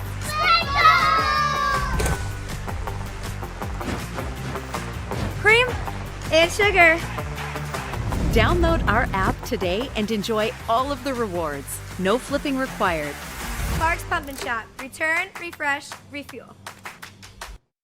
If you're looking for a complete discount pharmacy with old-fashioned service and excellent prices, look no more. Since 1979, Stultz Pharmacy has provided our area with the finest in pharmacy care, 24-hour emergency prescription service, free delivery, and drive-through service for prescriptions. Stultz Pharmacy continues to fill all of your expectations. They carry a nice selection of gift items. For hometown service, see the professionals at Stultz Pharmacy in Greenup. More than you expect from a pharmacy. Stultz Pharmacy. 10-8 as we go to the bottom of the 4th inning. McGlone, Ferguson, and Ferris, a 3-2 up this inning for the Lions, who trail at 10-8. We'll check our Kool Sports Trivia question here in just a few moments. And let's go ahead and have a look at it. We got some moments here. 1997 on this date, May 7th. This team scored the most runs in an inning in Major League Baseball history. Who was it? A, the Red Sox, B, the Expos, C, Yankees, D, the Dodgers. 606-571-7281. You can text me with your answer. Be sure to put your name on there so I know who it is. And we'll check the correct answer in the top of the 5th inning. It's been a slugfest from the word go. 9 runs scored between the two teams in the 1st inning. Bath County got 3 in the 2nd. Lewis County put 4 up in the 3rd inning. Bath got 2 back in the 4th. Both of those with 2 outs. So we got a new pitcher on the bump as Mason Dillon will come on to throw. Russos is going to move out to shortstop. This will be his 6th appearance on the season with a 3-2 record, a 2.33 ERA. 24 innings of work, 17 hits, 40 strikeouts, 11 walks. 16 runs given up, only 8 of those have been earned.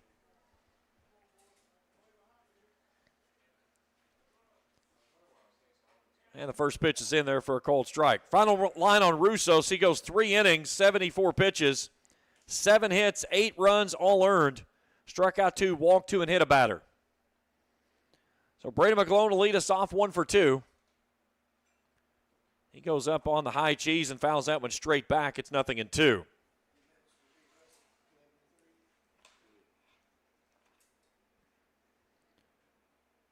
McGlone last night 0 for 1 with an RBI and a walk. He went 0 for 2 when these two teams met back in March. And he fans at that one and comes up empty for the first out of the fourth.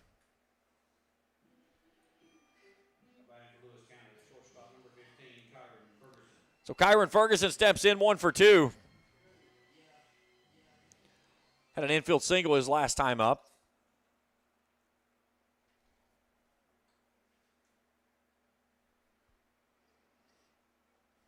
Slider down and away for a ball, 1-0.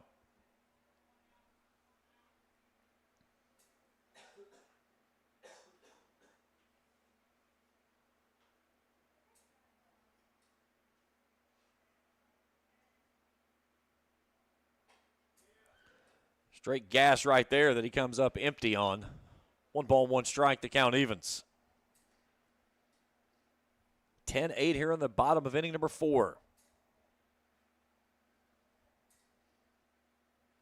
The 1-1.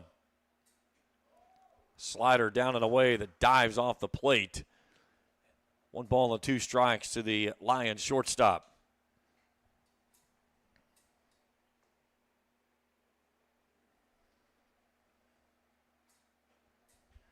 Trying to get him to chase out of the zone up high.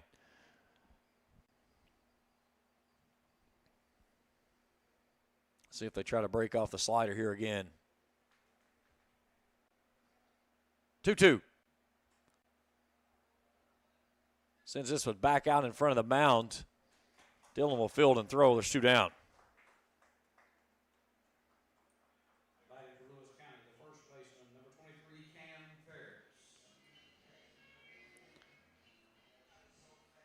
Cam Ferris steps in 0 for 2. A fly out and a ground out.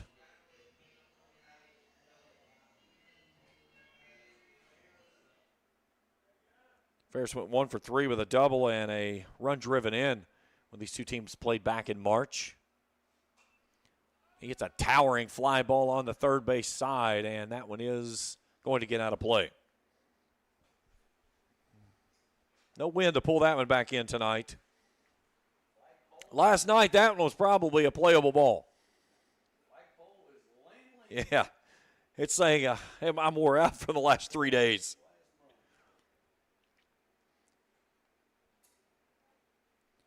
Here's the 0-1. Breaking ball. Another foul ball down the line and left and gets out of play. I went out to set the camera up in center field, and I was walking back in. I was like, something feels weird. And I looked over at the flagpole, and it was limp, and I was like, this is not normal. I was looking for it. Was there a tornado getting ready to hop over the hillside somewhere and drop in on us or something? 0-2. Rockets this one into left field and a 2-out single for Ferris. They put it upstairs, and he climbs the ladder and smashes it in for his first hit of the contest.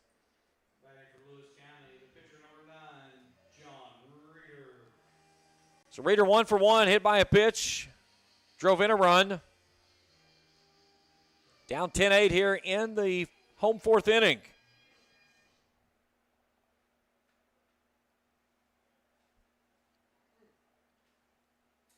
Dillon set from the belt. Misses high for a ball, 1-0. Padres have gotten 1 up on the Yankees now, 1-0 in the Bronx. Rangers back in front of the Red Sox, 3-2. Phillies extend their lead over the Rays, 2-0. Reds still in front, 3-0 over the Braves. Got him to chase the fastball that he comes up empty on, 1-1.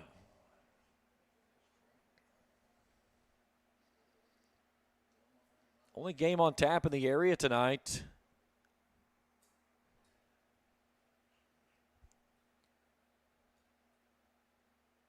Here's the 1-1. Chops this one back to Dillon on the mound. He'll field, set his feet, and throw, and that'll end the inning. Lewis County goes quietly in the 4th. They leave a base runner. 10-8 as we head to the 5th. Back after this on Kool TV. Here at Kentucky Christian University, we believe that nursing saves lives. Nursing is more than a career, it's a calling. KCU has a reputation for producing exemplary graduates who excel both clinically and professionally. With options for both in-person and online studies, KCU is ready to help you begin the career of your dreams today. Find out more at kcu.edu. At First National Bank, we strive to make every person that walks through our doors feel like family. Because to us, you are. For over 120 years, we have lived in and served the families of Kentucky with genuine care through the good times and the bad. Come and see the difference banking with family can truly make for you at any of our 7 locations or visit our website at www.fnbgrayson.com. First National Bank, member FDIC.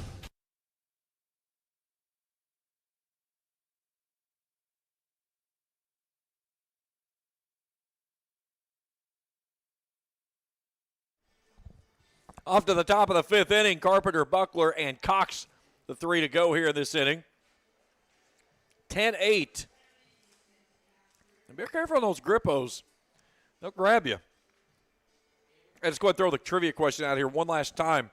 We'll check the answer here with an out in this inning. 1997 on this date, May 7th. This team scored the most runs in a single inning in Major League Baseball history. Who was it? A, Red Sox, B, Expos, C, Yankees, D, Dodgers. 606-571-7281. We'll check the answer here in this inning. So Colton Carpenter will start us off 0-for-2. Hit by a pitch, grounded into a double play, and then grounded out. Both of those have all been to shortstop. He's got a fan section that comes to the behind the netting every time he comes to the plate. There we go. Face of the overhead.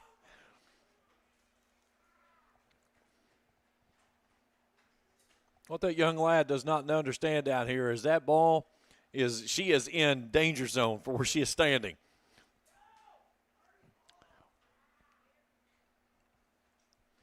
One ball and one strike.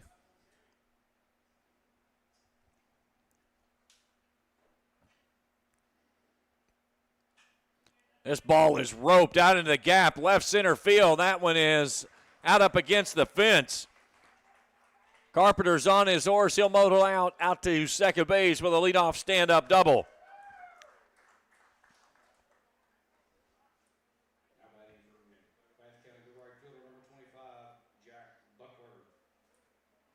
So Carpenter picks up his first hit of the ball game.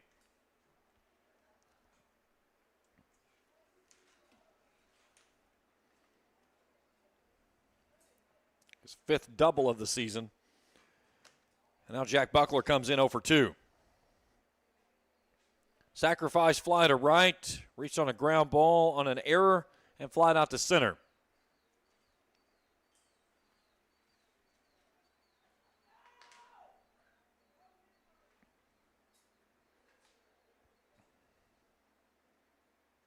Buckler last night 1-for-1 with a double, 2 walks in that loss to Wes Carter.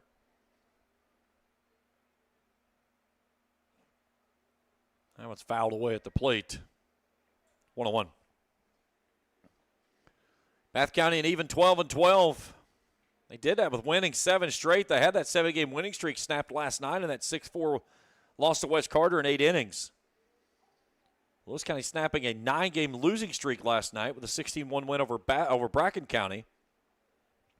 Trying to find a little mojo going into the district tournament that gets started in about 10 days. They'll play Raceland in the opening round. Nice breaking ball that swung on a miss. 1-2. Reds extend their lead over the Braves now 4-0. Phillies in front of the Rays 6-0.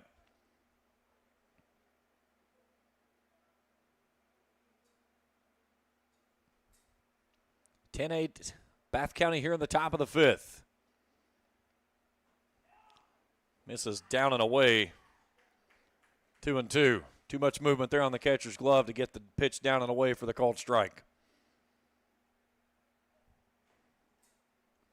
Reader quickly approaching the century mark, sitting at pitch number 94 coming plateward. Misses high for a ball on the fastball, and it's a full count.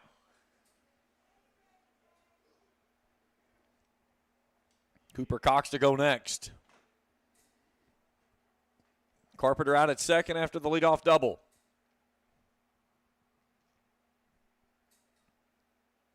Three-two misses high, ball four, and there's two on.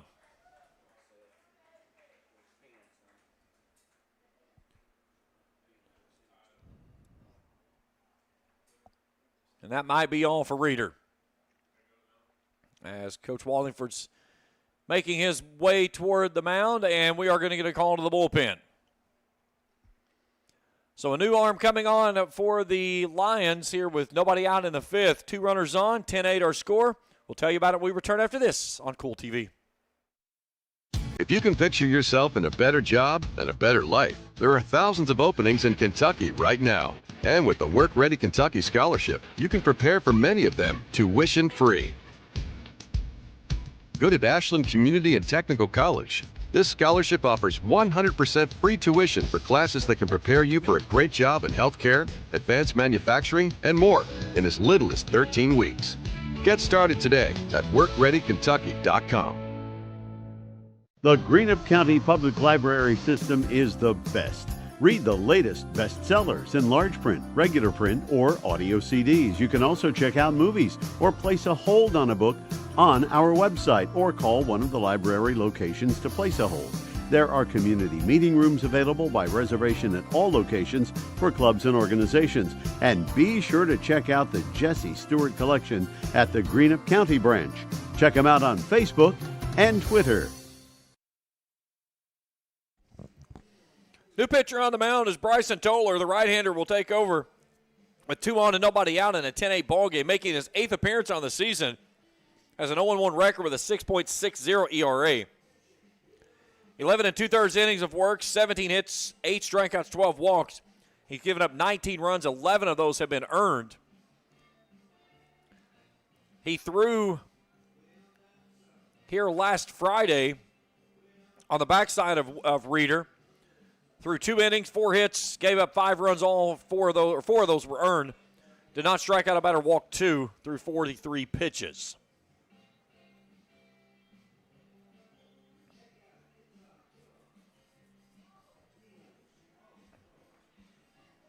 So Carpenter out at second base with a leadoff double. Buckler at first on the walk.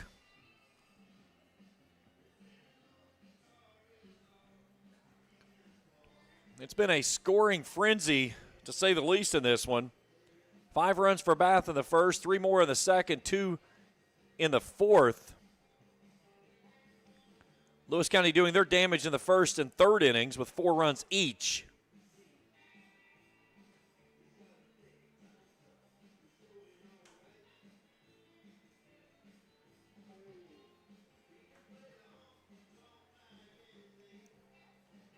Trying to extend their lead a little bit more if they can. Toller's going to have to come in a tough situation with 2 runners on and nobody out.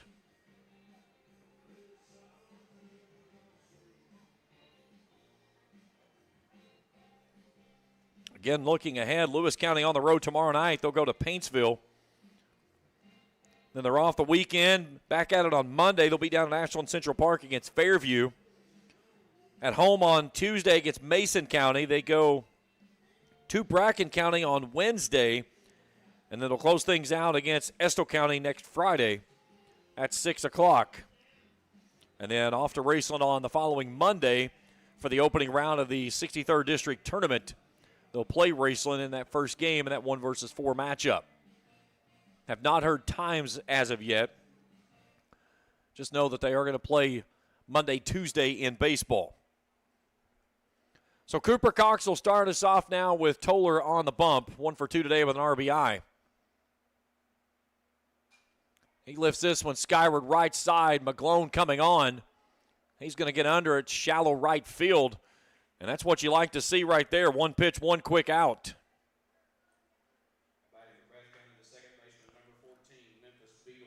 So now Memphis Beadle steps in. Beadle's been on 3 times today. He's still yet without an official plate appearance. 2 walks and a hit by pitch. He's plated a run off of one of those walks. Toller to take another fly ball right here in the infield. He misses high with a fastball.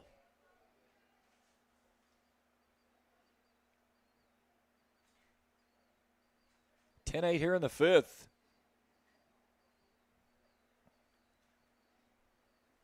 A game-defining moment for both of these teams here in this inning.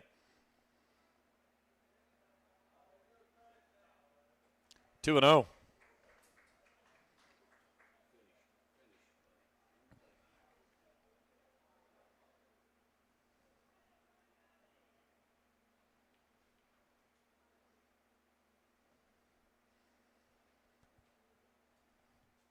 Beetle settles at the plate as Toller comes set.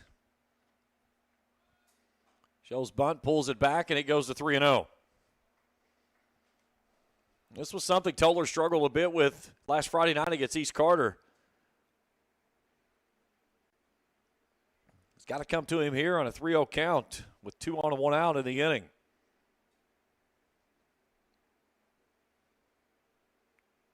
And he misses high and away, ball 4. So 4 straight. Beetle with the hat trick tonight with 3 walks. He still does not have an official plate appearance. 3 walks and a hit batter. So now Mason Dillon, the pitcher, steps in. 1 for 2 with a walk and 2 runs driven in. Picked both of those up on a ground ball hit to the second baseman that went in for an error. Back in that 5th inning, or that 5-run first inning. So the pillow's covered up, corners pinched in. That's at the top of the zone for a called strike. Really good job there adjusting by Toller. He took a little bit off that one and found the strike zone. Now can you expand on it?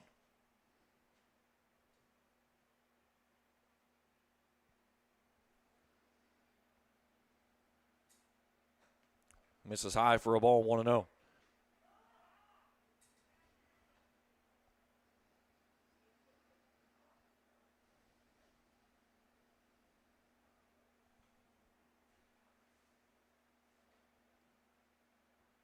Toller a look in, a set from the belt. And he slings that one high, and it's 2-1. And that one brought Coach Wallingford off the bucket very quickly as he's prancing around in the dugout very nervously, trying to get out of this inning unscathed.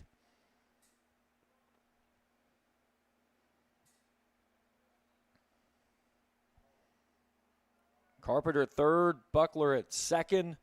Beetle over at first. 2-1 pitch, lifted skyward onto the press box. Yes, back-to-back nights. Gone all season long, hadn't had one, and now we've had them in back-to-back nights on the top of us. And you could see there, just took a little bit off of that one, found that release point, and that ball got downhill. Nice pitch there, 2-2.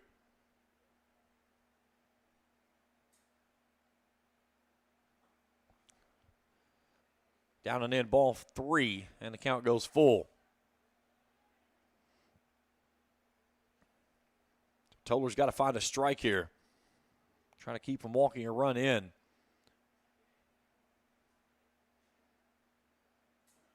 The book is still open on Reeder.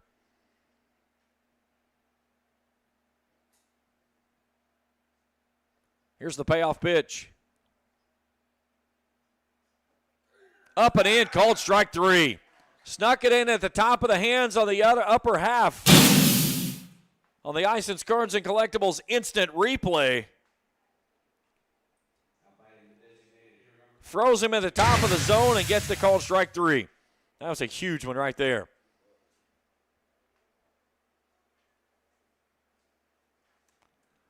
So Gates Thompson steps in 1 for 3. He singled to right his last time up.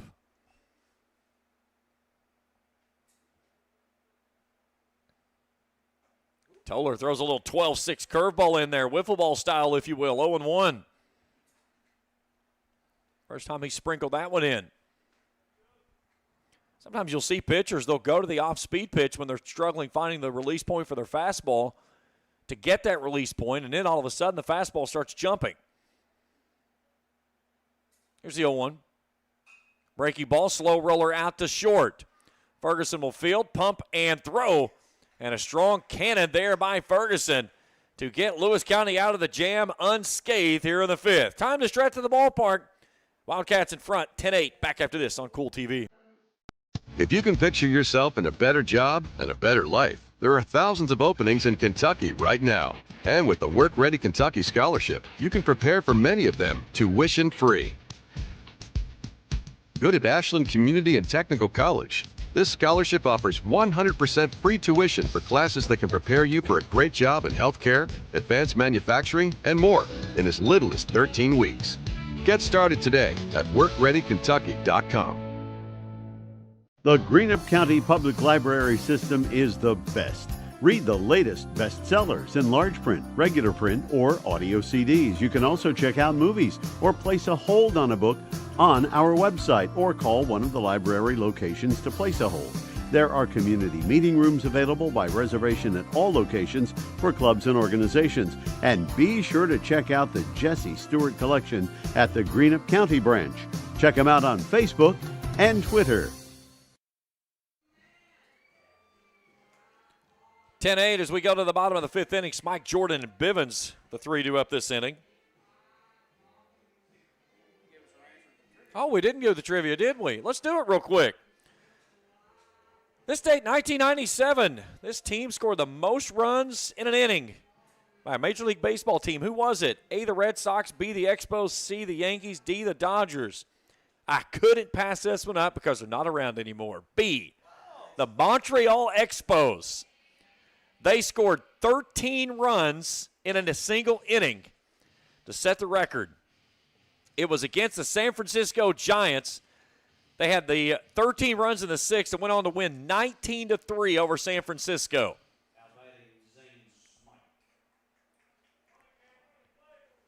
So Zane Smike will start us off. He's 1 for 1. He walked his last time through.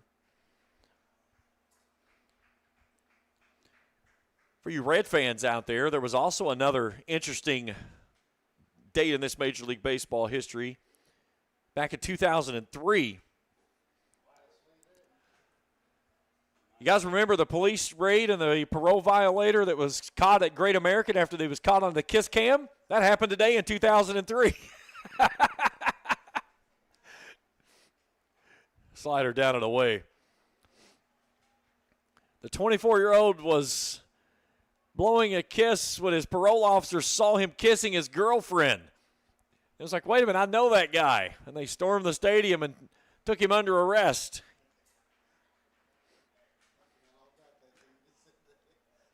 How stupid can you be? I mean, that's stupid you can't fix with duct tape. That's kind of unlucky, too. Yeah. You're 40,000 people in.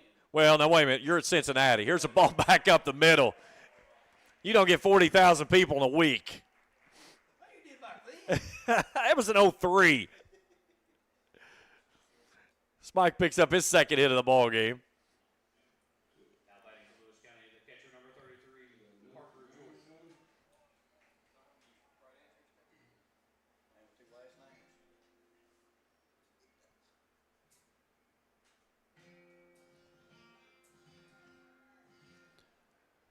So Parker Jordan 1 for 1, single and a walk. He represents the tying run at the plate as nightfall is starting to set here in Vanceburg. He does a little matrix bend out of the way. 1-0.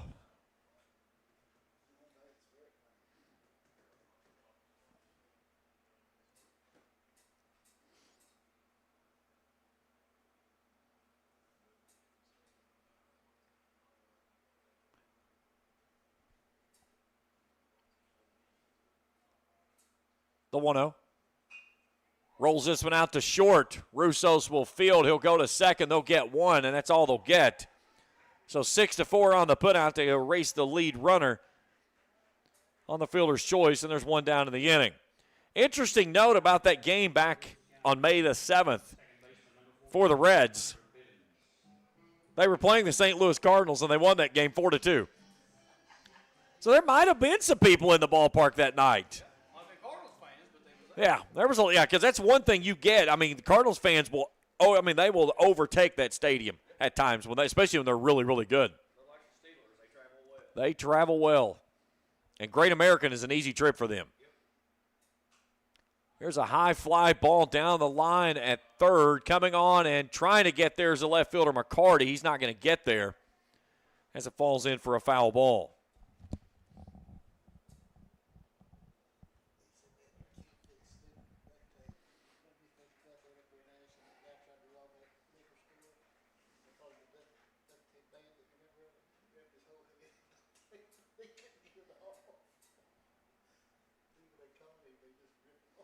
.10-8 here in the bottom of the fifth. A one breaking ball in there for a called strike as Bivens was already bailing out as it started plateward. Braxton Egbert in the on-deck circle to go next.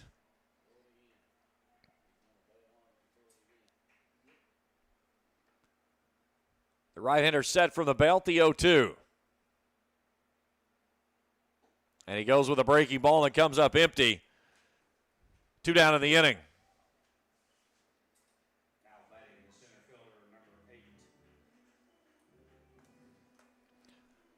So Braxton Egbert to come in. Egbert 0 for 2. 2 strikeouts swinging.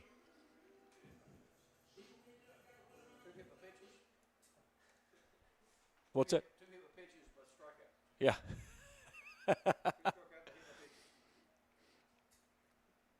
Yeah, he was hit in both at-bats. The last one, he got hit, and it was strike 3 on a full count.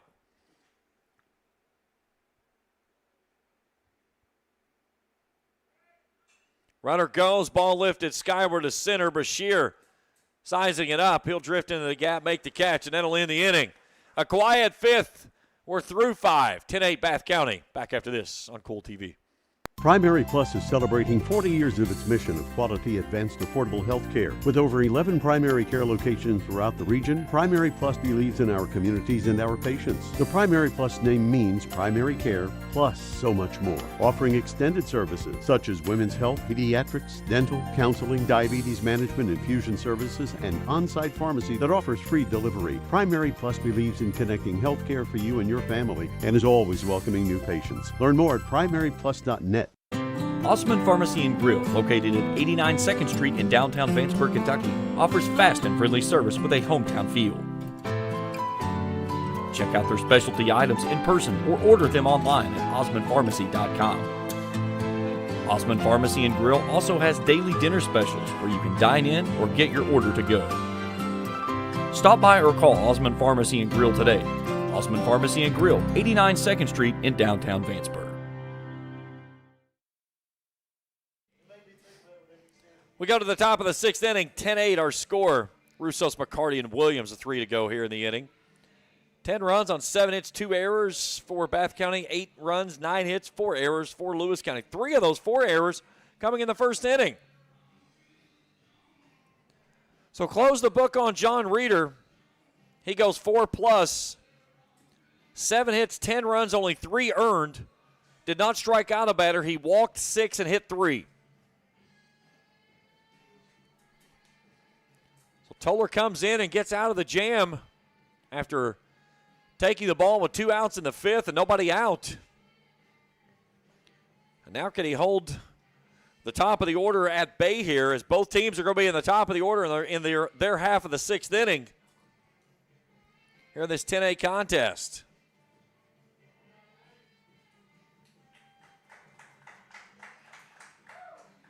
No-hitter alert up in the Bronx. The Yankees are getting no hit right now.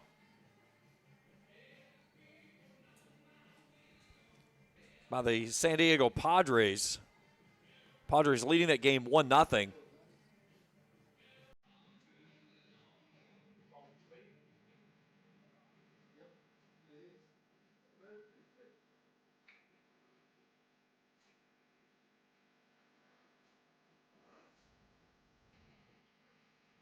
So about ready to get things underway here in the visiting 6th inning. As we're going to play baseball under twilight tonight. After getting a late start in this one, it was 6:36 when we threw first pitch on a 6 o'clock scheduled first pitch But, again, with Bath County, they struggle to get a bus, and that's what always holds them up. That's nothing new. It's just something that's what they're up against. Sometimes you can't get a bus till 4:45 sometimes. So they were late getting here, which then put us behind the 8 ball, and then had a 9-run first inning, which both teams sent their rotation to the batter's box one full time. And it's kind of settled down at times through that. All 8 of the runs for the Lions have come in the first and the third. Bath County had 8 runs over their first 2 innings, put 2 more across in the fourth. Missed a golden opportunity in the 5th. And only lead this one by 2. Nice pitch up and in, 1-2.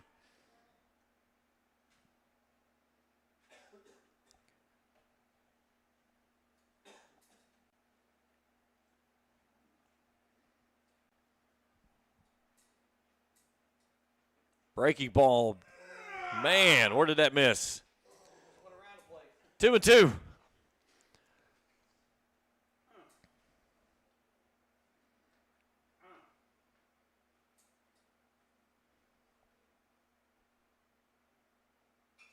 This one's chopped back to the mound. Toller will field. Set and throw. Nice play. 1 down.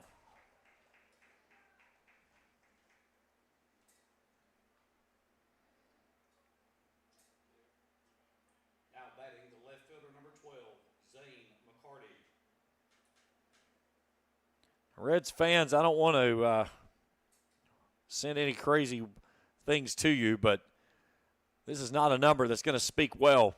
Hunter Green only threw 3 innings tonight, and they were leading 4-0.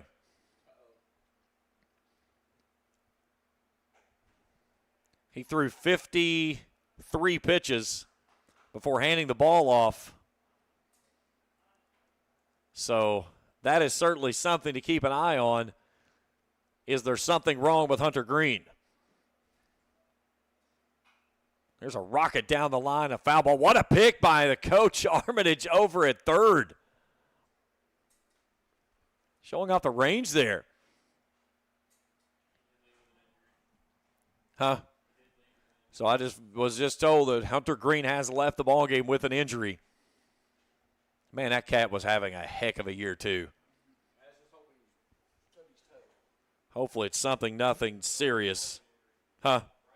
Right groin injury. So that is not something that's easy to bounce back for a pitcher. 1-1 stays upstairs. 2-1. Now you look, when he came out this year, he looked like a different dude. You could tell he had hit the weights, had really bulked up, and he pitched that first game against the Giants. I mean, he looked like a different animal on the mound this year. This one's fouled straight back. Count evens at 2-2. The question is, will the Reds be able to keep him and Dele Cruz around? No, not a chance. Not even a hesitation. One of those guys are going to be wearing pinstripes or Dodger blue in the next 2 to 3 years.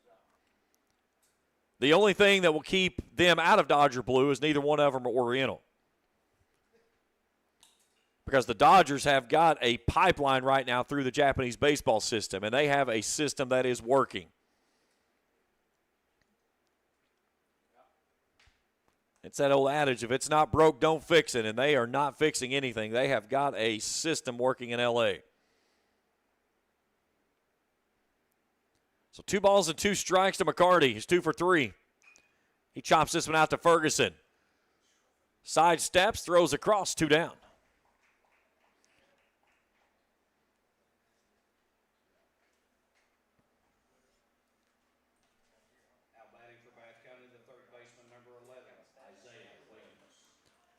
So 2 down, base is empty, and in comes Isaiah Williams, who's 0 for 3.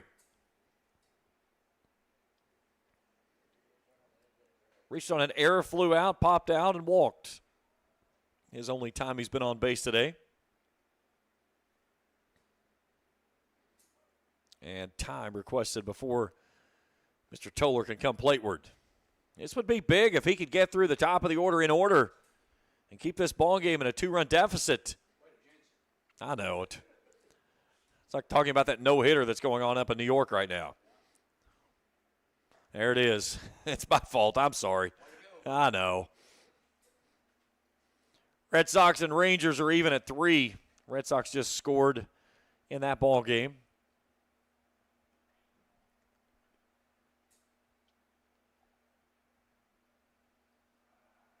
Here's the 1-0.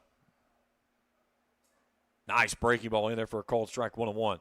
Being a Red Sox fan, I would never talk about a no-hitter around the Yankees, okay? Especially since the Yankees are being no-hit.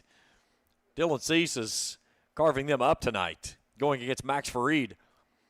Fried's having a Cy Young season as well.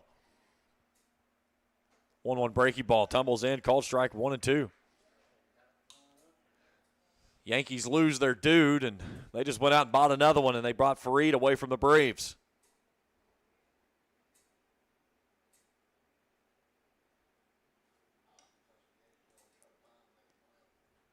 Trying to get out of the inning in 1-2-3 fashion. Here's the 1-2.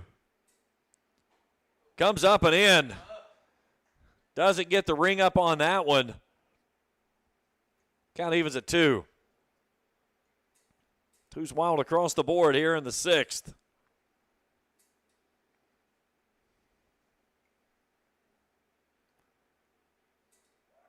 Toller steps off on a reset.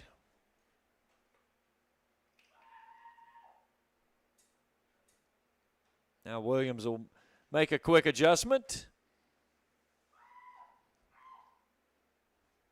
Here it is, hit it if you can, is what he's saying. Here it comes, the 2-2.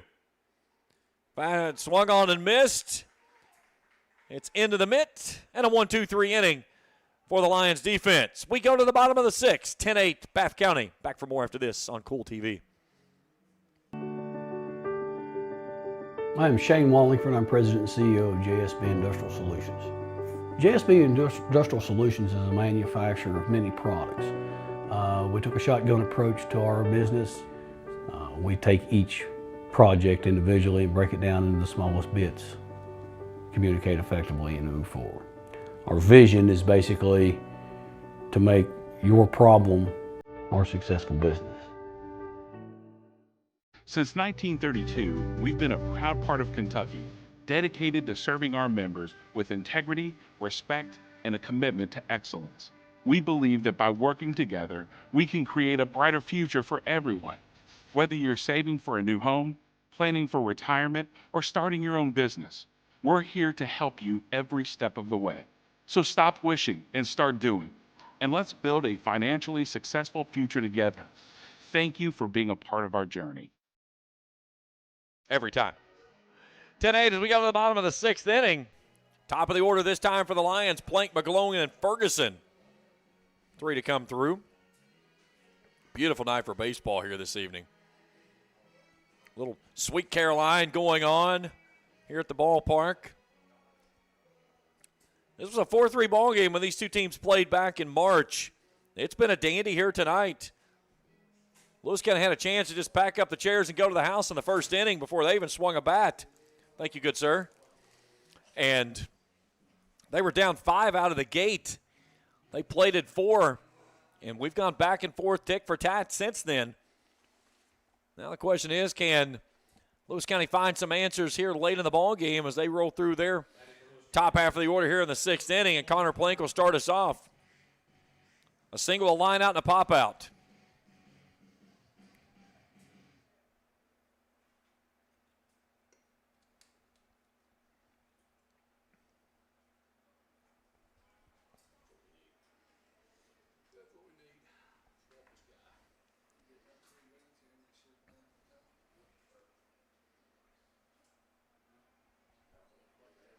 The 1-0.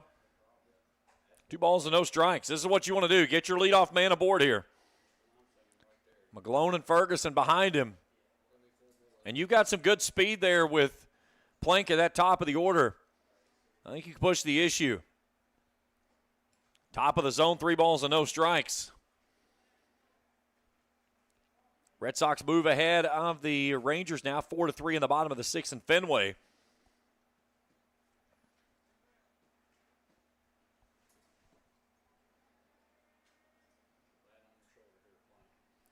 The 3-0. Right down Broadway, a called strike, 3-1. Again, you got to make him come to you here. Don't expand the zone helping him out. But if you get one that's a meatball, you got to turn on it. 3-1 breaking ball, tumbles in for a called strike. That was a beautiful pitch, 3-2.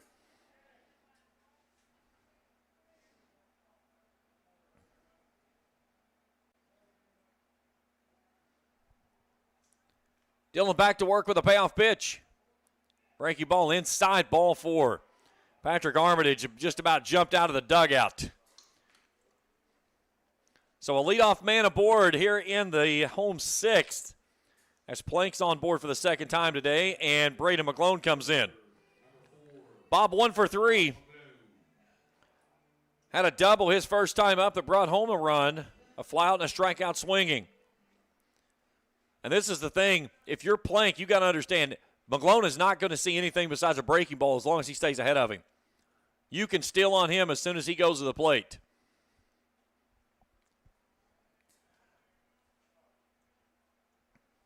They threw him a healthy collection of breaking balls every pitch. That time they started him with a fastball up. Now let's see what they go with here. Here comes the hook. Plank's going. There he goes. Throw down to second base is not in time. So Plank swipes second base.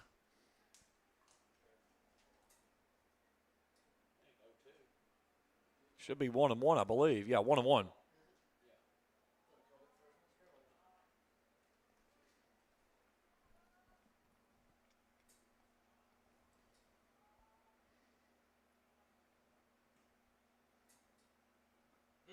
Swing and a miss. 1-2.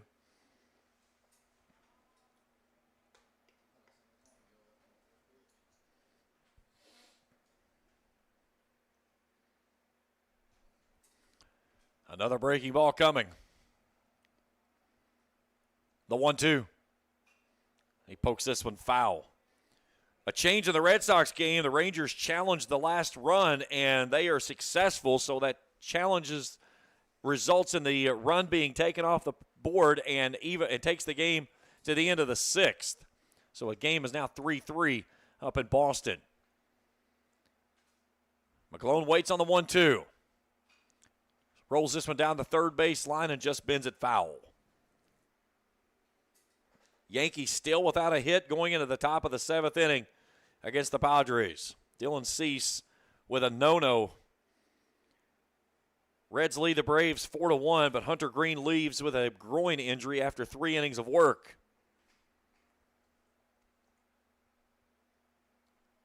The 1-2. Lifted skyward behind the plate. Cox trying to find it and can't get to it. It never really got quite high enough for him to shed the mask and get to it as it got down the walkway coming up from the dugout. And new life at the plate for McClone, who hangs around for another one.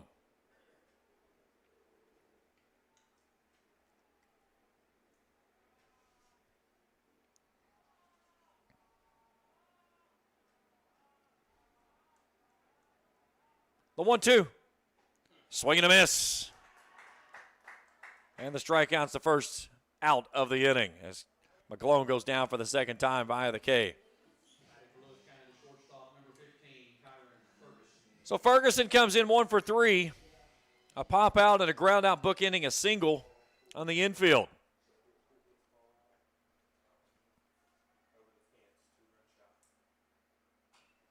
Hammers this one foul over on the third base side.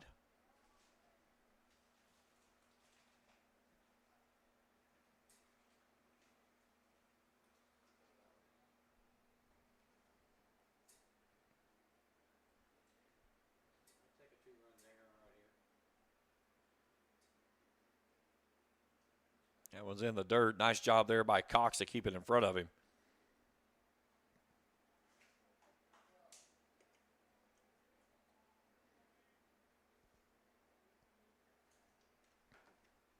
Count evens at 1-1.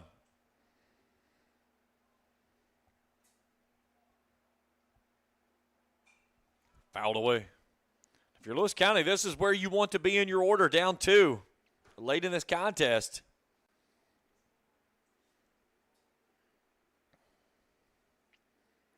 But you got to make some hay with it. You may not get back to that part, depending on how this game plays. The 1-2.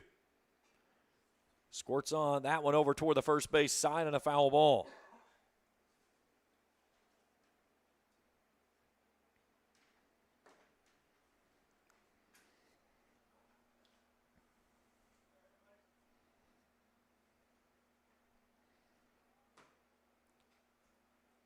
The 1-2. Rockets this one into left and a base hit. Plank will slam on the base at third. And Ferguson's second hit of the ball game, have runners at the corners with one out here in the 6th. Now batting the first baseman, number 23, Kung Fu Panda. So Kung Fu Panda's coming in, a.k.a. Cam Ferris, who's 1 for 3.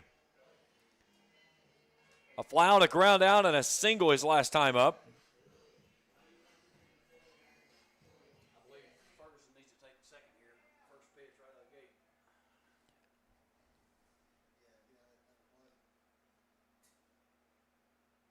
There he goes.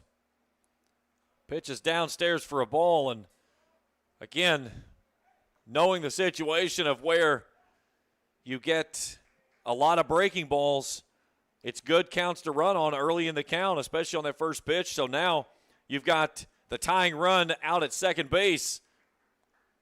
Can Ferris come through, and he's ahead 2-0. Big John in the on-deck circle to go next. One away here in the 6th. Lions down by 2. But both of the runners in scoring position. Breaking ball tumbles in for a called strike, 2-1. He and Russo's both. That was more of their go-to pitches than the fastball. His more of a curveball than a slider. Russo's had the slider. They're not afraid to throw it any part of the count. 2-1. Breaking ball swung on a miss. That one just bottom just dives out of it. 2-2. Let's see if he goes back to it again. Yep, here it comes. 2-2. Cue balled out to second. This is going to be a tough play. It's going to get a run home no matter what. So it will be a productive out, as it'll be an RBI ground out, and the lead is 1. Nice play there by Beadle. So Ferguson moves to third base. And John Reeder steps in, who's 1 for 2. A single, an RBI, hit by a pitch, and a ground out. And now if you're Lewis County, you're one pass ball or wild pitch away from even in this game at 10 here in the 6th.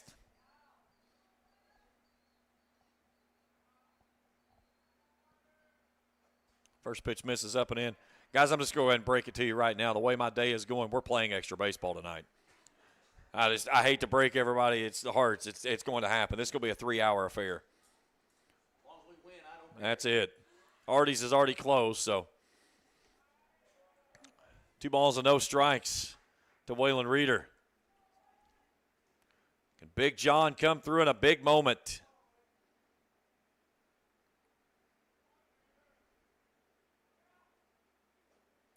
And he's ahead 3-0. And here's the guy behind him you want to come up right now is Zane Smike, who's 2 for 2. Had a hit against Russos, has a hit against Dillon.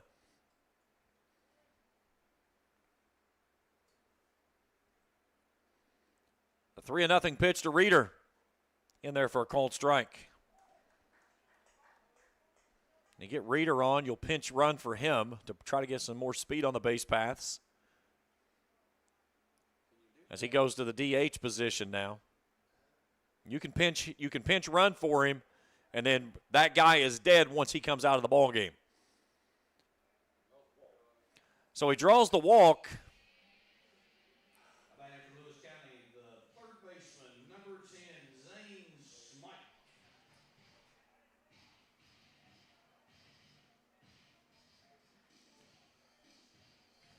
And I believe in this situation, because where he went from a player to a DH, you cannot substitute for him. We had the same thing happen up at Raceland last week.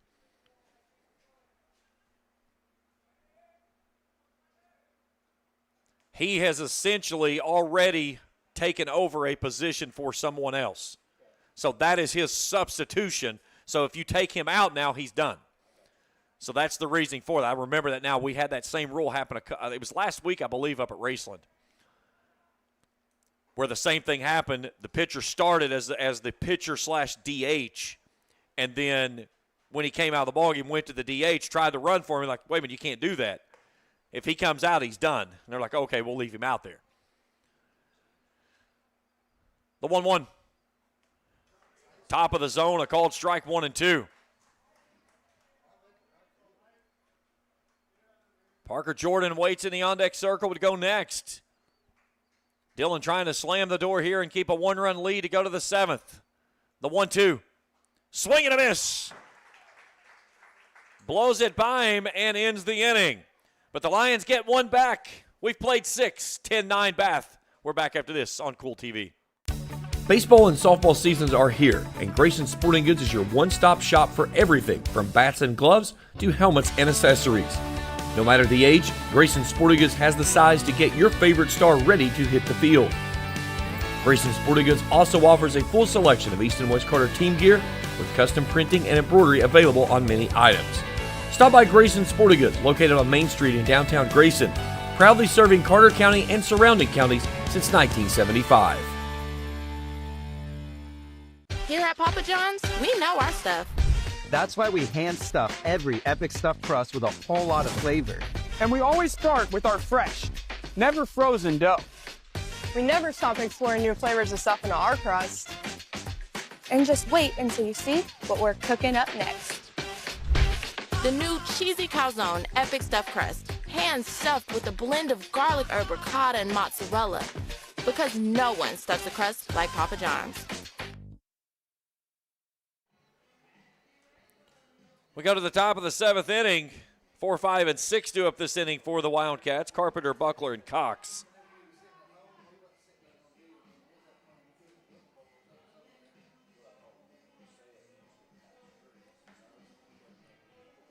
So in the home 7th, the Lions are stuck in the bottom half of their order. Jordan, Bivens, and Egbert. They're going to need at least 1 run, and they're trying to keep it at that spot in this spot here.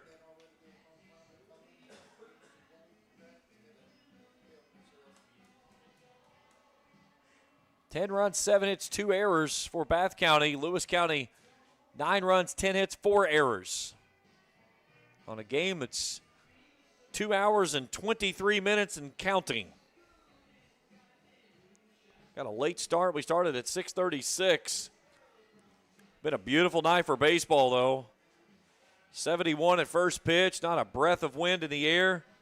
Just a nice evening to settle in and enjoy the outside. It was a little cool here last night with the wind, but it is, I mean, you could bottle this up and keep it all night long. The no-no is gone in the Bronx. The Yankees have scored and taken the no-no away from Dylan Cease with the bottom of the 7th inning. Braves have gotten one back on the Reds. Now it's 4-2 in the bottom of the 6th with runners at the corners and 1 out. The first pitch from Toller to Colton Carpenter is a called strike. He's 1 for 3. Carpenter hit by a pitch, grounded into a double play, a ground out, and then doubled to left center and got stranded at that spot back in the 5th inning.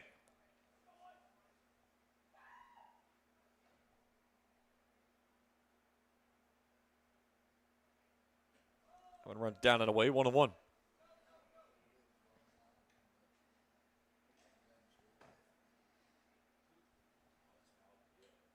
Rockies lead the Tigers 2-0 after 1 inning of play out in Colorado.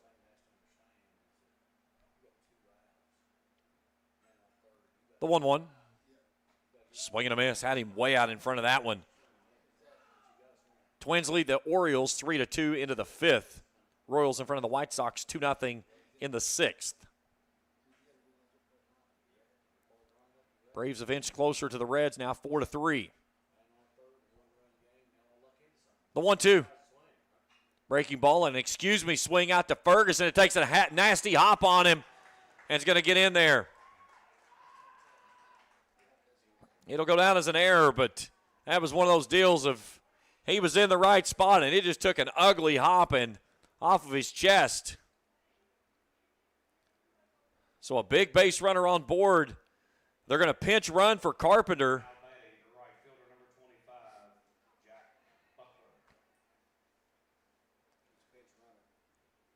That is a pinch runner. That is Parker Cox. So difference between a pinch runner and a courtesy runner is the pinch runner comes on. If he comes out of the ballgame, he's finished.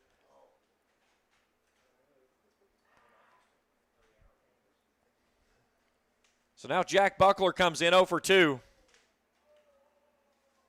A sacrifice fly, reached on an error, a fly out, and a walk.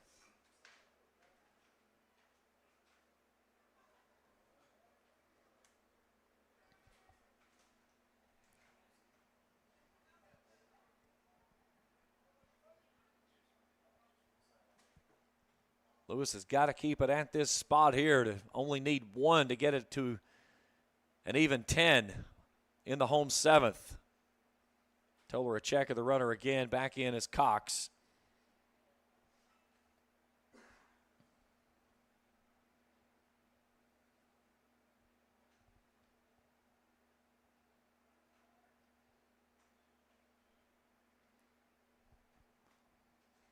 Buckler settled in from that right side as Toller comes sailed from the belt. And they just bonked him. He sure did. He kind of jumped when he started to come set after he came set. So the umpire out there explaining to him what he did. So that moves the runner out to second base with nobody out. And that's a big movement to advance that runner into scoring position for the Wildcats here in the seventh.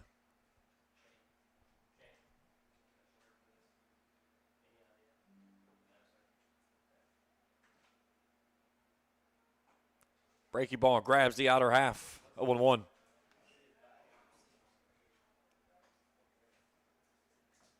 Red Sox move ahead of the Rangers 5-3 after 7 up in Boston.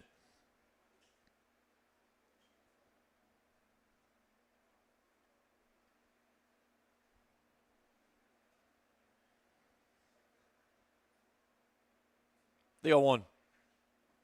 Breaking ball runs wide. Count evens at 1 ball and 1 strike.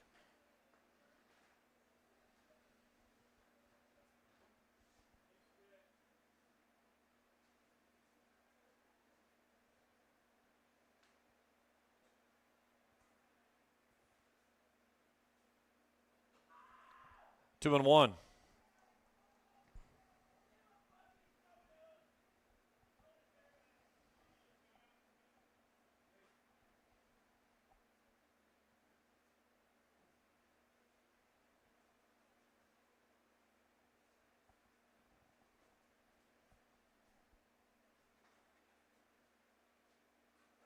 Three balls and 1 strike.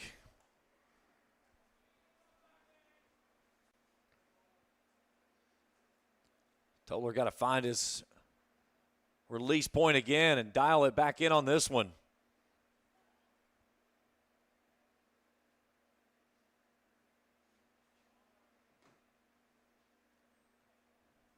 Right-hander set from the belt. 3-1 at the knees. Nice pitch. 3-1.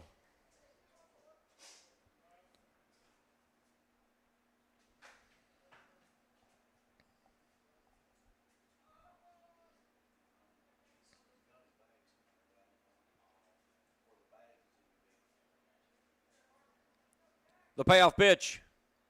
Breaking ball out to left, but right at Plank, who drifts into the gap, makes the catch.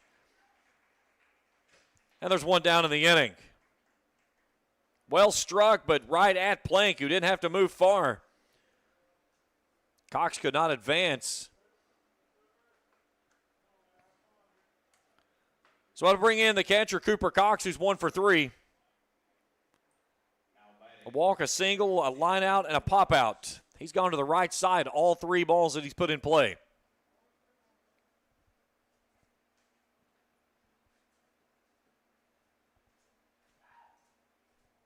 Cox out at second base, running for Carpenter.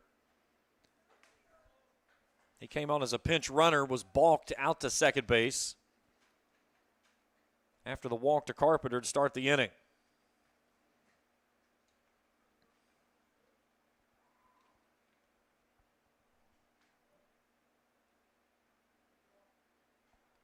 (10-9) here in the seventh.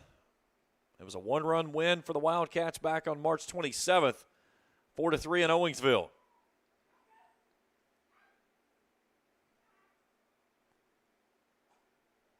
He hit that off the knob of the bat. That thing was a flare over top of the first base dugout and out of play.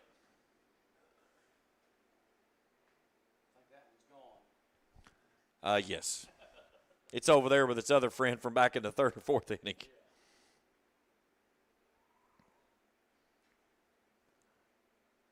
The 1-1.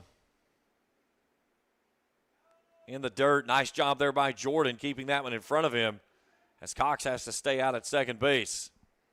Bath County would love to do anything they can to get him over to third, which would, without two outs, would have to force that infield in for any ball in the infield to come to the plate to try to cut down that run.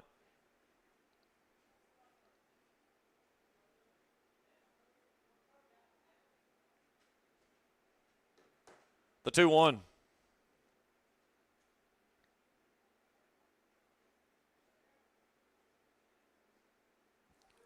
Called strike at the knees, 2-2.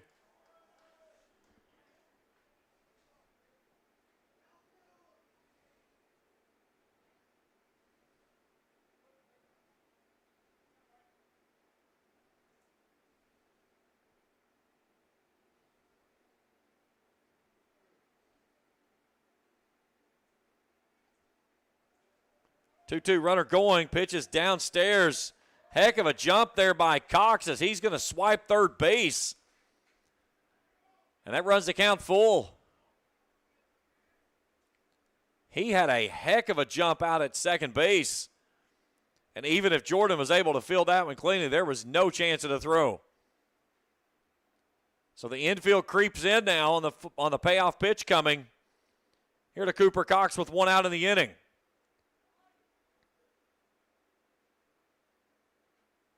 3-2 pitch, chopped foul at the plate.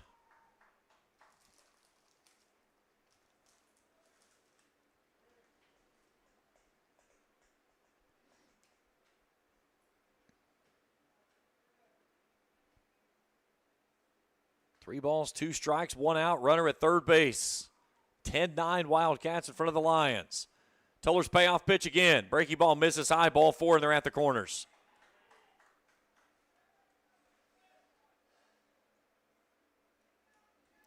So Cox walks for the second time of the ball game. Now batting for Bath County, the second baseman, number 14, Memphis Beal.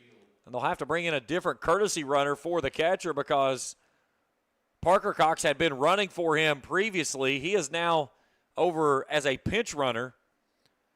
So the new courtesy runner coming on is going to be Kool, number 24. So Memphis Beal still without an official plate appearance today.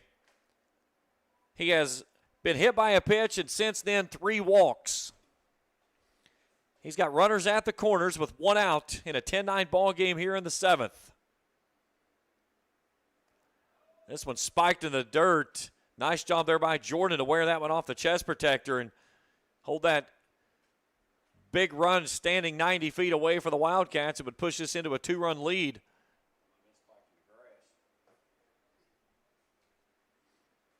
That one was about 57 feet.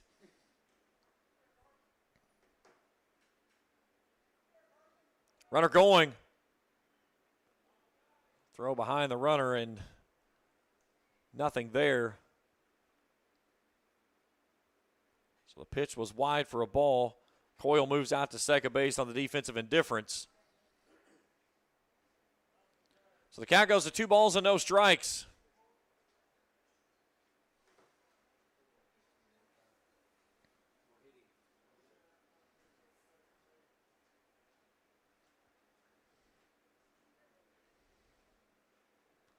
Toller trying to work himself out of a jam here in the 7th.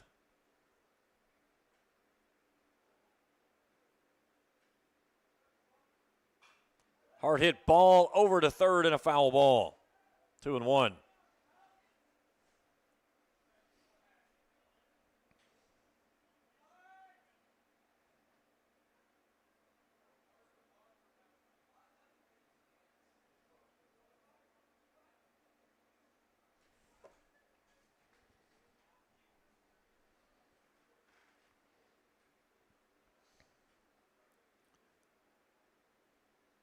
The 2-1.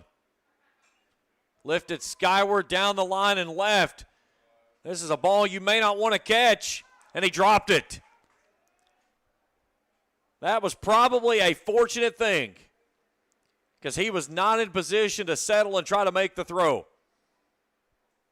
Cox was going to tag, and that right there might have been one of the biggest breaks for Lewis County in this ballgame.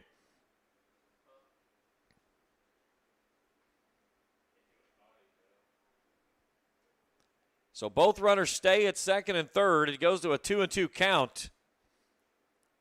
Now can Toller get one by Beadle here and retire him for the first time in this ballgame? And what is his 5th at bat? Breaking ball stays up and away, and it's 3-2. Pitch number 51 for Toller in this ballgame.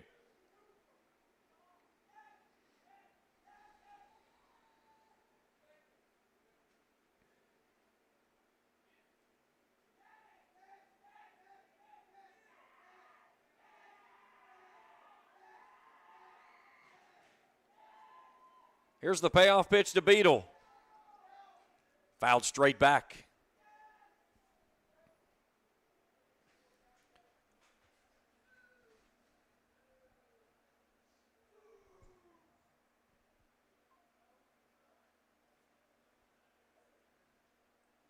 Toller gets a fresh pearl.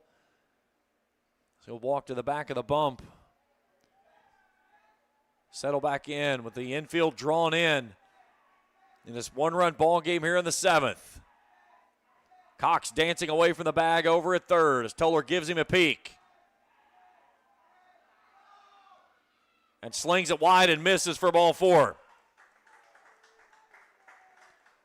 Toller's letting Cox get in his head as he was staying a quick glance over him before he came plateward, so the bases are juiced as Memphis Beadle is walked for the 4th time in this ballgame.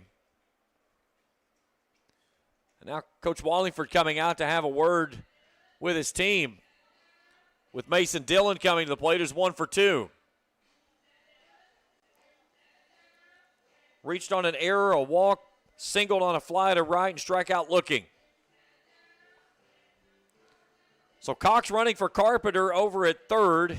Carpenter reached on a walk. Cox came in to run for him. He moved to second base on a balk, stole third without a throw. Then Cox walked. He was run for by Kool, who's out at second base, and then Beadle with a walk.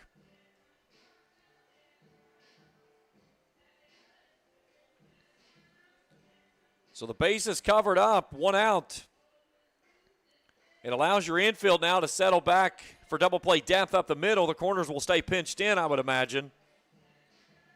Any ball into the air in the outfield, you got to be ready to get around it and come to the plate, because I will guarantee you they're going to try to tag and get that run home and try to extend that lead to 2.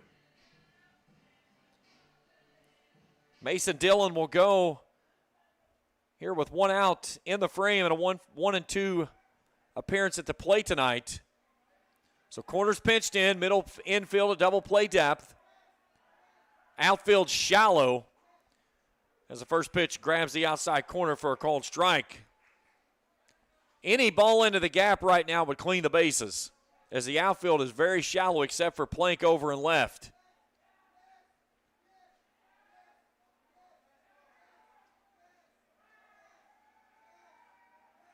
Toller sets the pitch. And a rocket to third. Can they get the double play? They will. What a play by St. Smythe to end the inning. On the Ison's Cards and Collectibles, the frozen rope. They had Cox that had been dancing all over the bag. Smike reaches up, runs across the bag before he gets there, and the inning comes to a close. Bath County leaves them juiced. We go to the bottom of the 7th. 10-9 Bath. Back after this on Kool TV. Good morning, Isabella. Hi, David. Back for your morning routine? Clark's Refresh Rewards program is something you'll flip for. Hey, Isabella. Hi, Annabelle. Donut? Don't forget the sprinkles.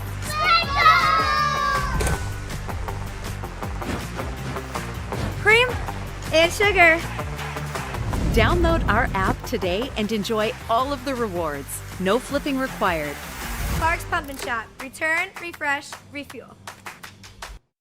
If you're looking for a complete discount pharmacy with old-fashioned service and excellent prices, look no more. Since 1979, Stultz Pharmacy has provided our area with the finest in pharmacy care, 24-hour emergency prescription service, free delivery, and drive-through service for prescriptions. Stultz Pharmacy continues to fill all of your expectations. They carry a nice selection of gift items. For hometown service, see the professionals at Stultz Pharmacy in Greenup. More than you expect from a pharmacy. Stultz Pharmacy.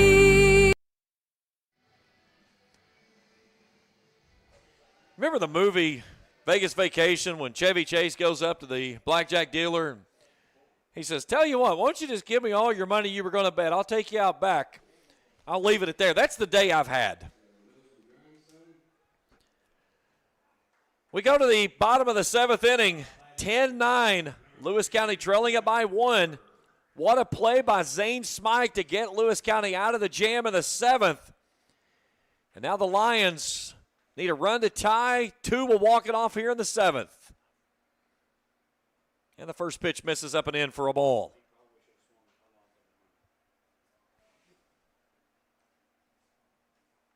Jordan 1 for 2 in the ball game.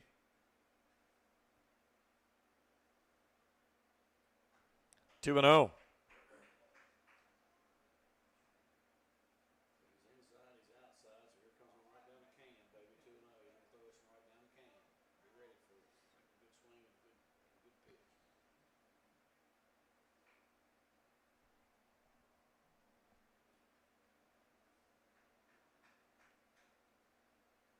The 2-0. Right down the pipe, a called strike at the knees. 2-1.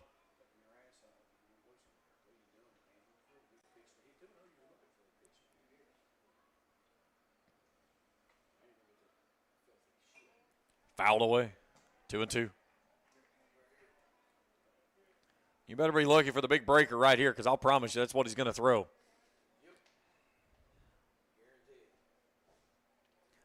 Let's see what the Rubberman trash can camera shows. There's number 2. Here it comes. And he fouls this one over on the first base side. Carpenter giving it a chase. It's going to get out of real estate for a foul ball. Dillon has shown tonight he can throw that pitch at any count in the at-bat. But when he gets 2 strikes or he gets ahead of you, it is a healthy dose of breaking balls. Jordan battling here in a 2-2 count to lead off the 7th.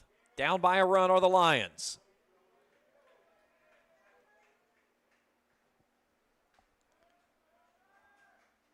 Grabs the gas can and throws it past him. 1 away in the 7th.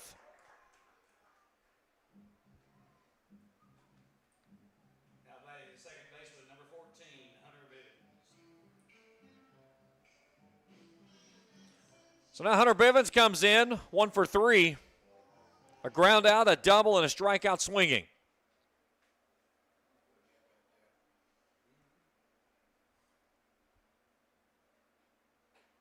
Breaking ball stays upstairs. Oohs and ahs from the people from Owensville. That ball wasn't even in the same time zone, people. I'm sorry. It's at his eyes. The 1-0. Lifted skyward into the night lights, drifting back the shortstop Russos. He'll make the catch. There's 2 away in the inning. That's a tough play to make when the ball gets up in those lights like this. So the Lions down to their final out of the ball game, and Braxton Egbert, who's 0 for 3, comes in. 2 strikeouts and a fly out to center.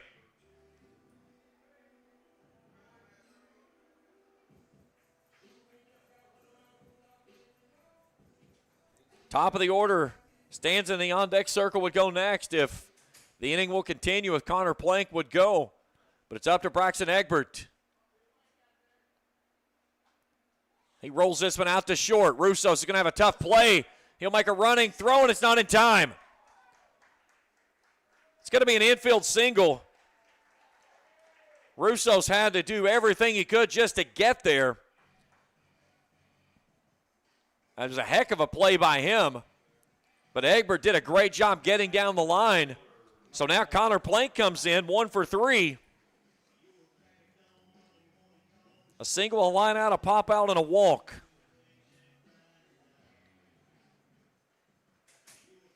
So Egbert picks up his first hit of the contest. So the tying run's aboard, the winning run at the plate. Plank needs to come up here in a big way. Bob McClone stands in the on-deck circle, would go next if the inning would continue.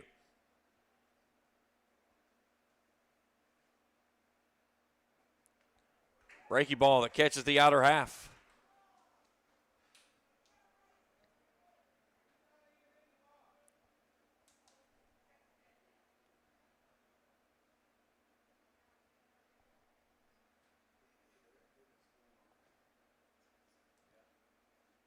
The 0-1. Fouled away. Lions down to their final strike of the ball game.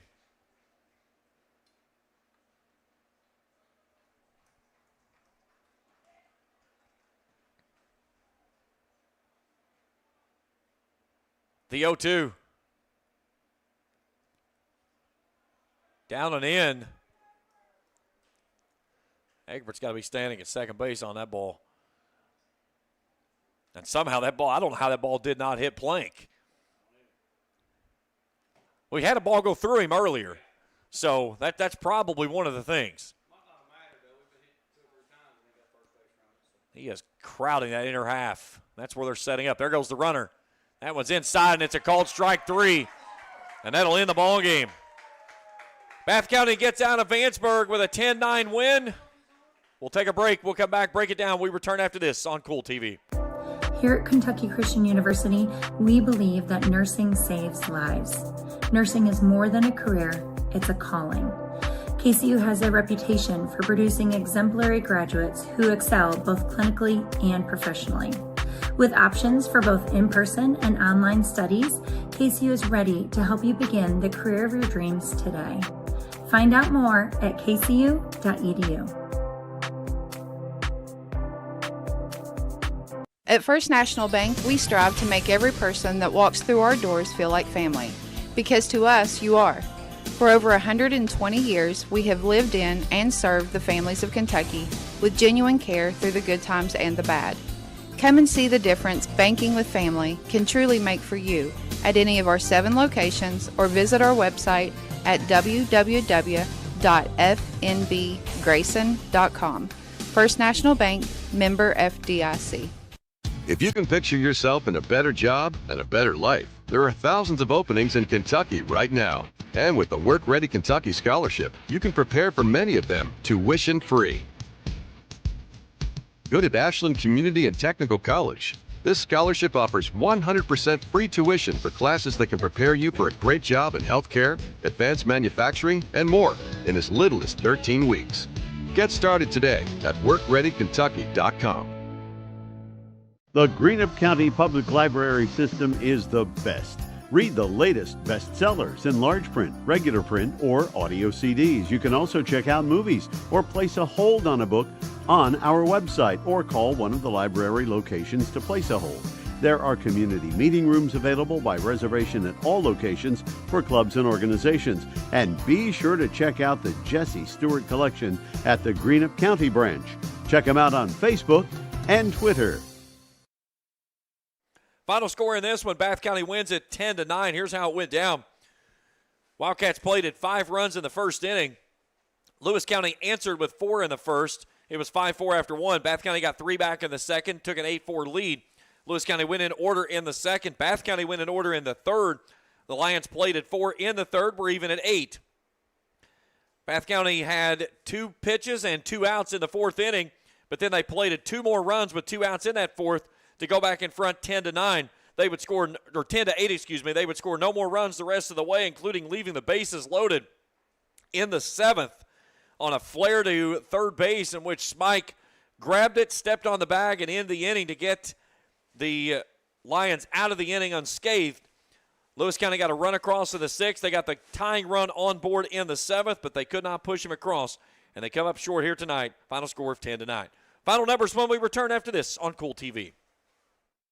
Primary Plus is celebrating 40 years of its mission of quality, advanced, affordable health care. With over 11 primary care locations throughout the region, Primary Plus believes in our communities and our patients. The Primary Plus name means primary care plus so much more, offering extended services such as women's health, pediatrics, dental, counseling, diabetes management, infusion services, and on-site pharmacy that offers free delivery. Primary Plus believes in connecting health care for you and your family and is always welcoming new patients. Learn more at primaryplus.net. Osmond Pharmacy and Grill, located at 89 2nd Street in downtown Vanceburg, Kentucky, offers fast and friendly service with a hometown feel. Check out their specialty items in person or order them online at osmondpharmacy.com. Osmond Pharmacy and Grill also has daily dinner specials where you can dine in or get your order to go. Stop by or call Osmond Pharmacy and Grill today. Osmond Pharmacy and Grill, 89 2nd Street in downtown Vanceburg. Since 1932, we've been a proud part of Kentucky, dedicated to serving our members with integrity, respect, and a commitment to excellence. We believe that by working together, we can create a brighter future for everyone. Whether you're saving for a new home, planning for retirement, or starting your own business, we're here to help you every step of the way. So stop wishing and start doing. And let's build a financially successful future together. Thank you for being a part of our journey. Baseball and softball seasons are here, and Grayson Sporting Goods is your one-stop shop for everything from bats and gloves to helmets and accessories. No matter the age, Grayson Sporting Goods has the size to get your favorite star ready to hit the field. Grayson Sporting Goods also offers a full selection of East and West Carter team gear with custom printing and embroidery available on many items. Stop by Grayson Sporting Goods, located on Main Street in downtown Grayson, proudly serving Carter County and surrounding counties since 1975. 10-9, your final score. Bath County wins it, picking up win number 13 on the season. Here's your final numbers. Zach McCarty goes 2 for 4. He was the lone Wildcat with multi-hits today. They were held with 7 hits in the contest. Carpenter and Russos each with doubles in the winning effort. Russos drives in a pair, and Dillon drives in a pair from the bottom half of the order. For Lewis County, Kyron Ferguson goes 2 for 4. Zane Smike 2 for 3. They were the lone players with with 2 hits in the ballgame. Hunter Bivens and Braden McGlone with doubles in the losing effort. Parker Jordan, Hunter Bivens each drive in a pair of runs in the losing effort. Final pitching numbers look like this. Russos goes 3 innings, 7 hits, 8 runs, all earned, struck out 2, walked 2. He will take he's going to get a no decision because the game was 8-8 when he left. Dillon's going to go 4 innings. He would have taken the win regardless because he threw more than Russos. 4 hits, 1 run. It was earned. Struck out 6, walked 2. He'll get the victory. Reeder goes 4 innings, 7 hits, 10 runs, 3 earned. Did not strike out a batter, walked 6. He'll take the loss. Toller goes 3 innings in relief. Scoreless ball. He did not allow a hit. He struck out 2 and walked 3. Final box score looks like this. 10 runs, 7 hits, 2 errors for Bath County. They left 13 runners on base. Lewis County 9 runs, 11 hits, 5 errors. They leave 7 runners on base. It took us 2 hours and 47 minutes to decide it here tonight in a 10-9 ball game that shadows the 4-3 game from the first time these two teams played back in March. And the Wildcats come away with a victory here on the road to pick up win number 13 on the season. Hat tip to my crew tonight, Trey Collier and Philip Roark. Phenomenal job by them, as well as big thanks to all the great folks here with Lewis County Baseball. 10-9, your final score. Wildcats win it over the Lions. For Trey Collier, Philip Roark, everyone at the Kool Sports Network, I'm James Carr saying so long from Vanceburg. Thank you for watching another Lewis County Lions broadcast live on Kool TV.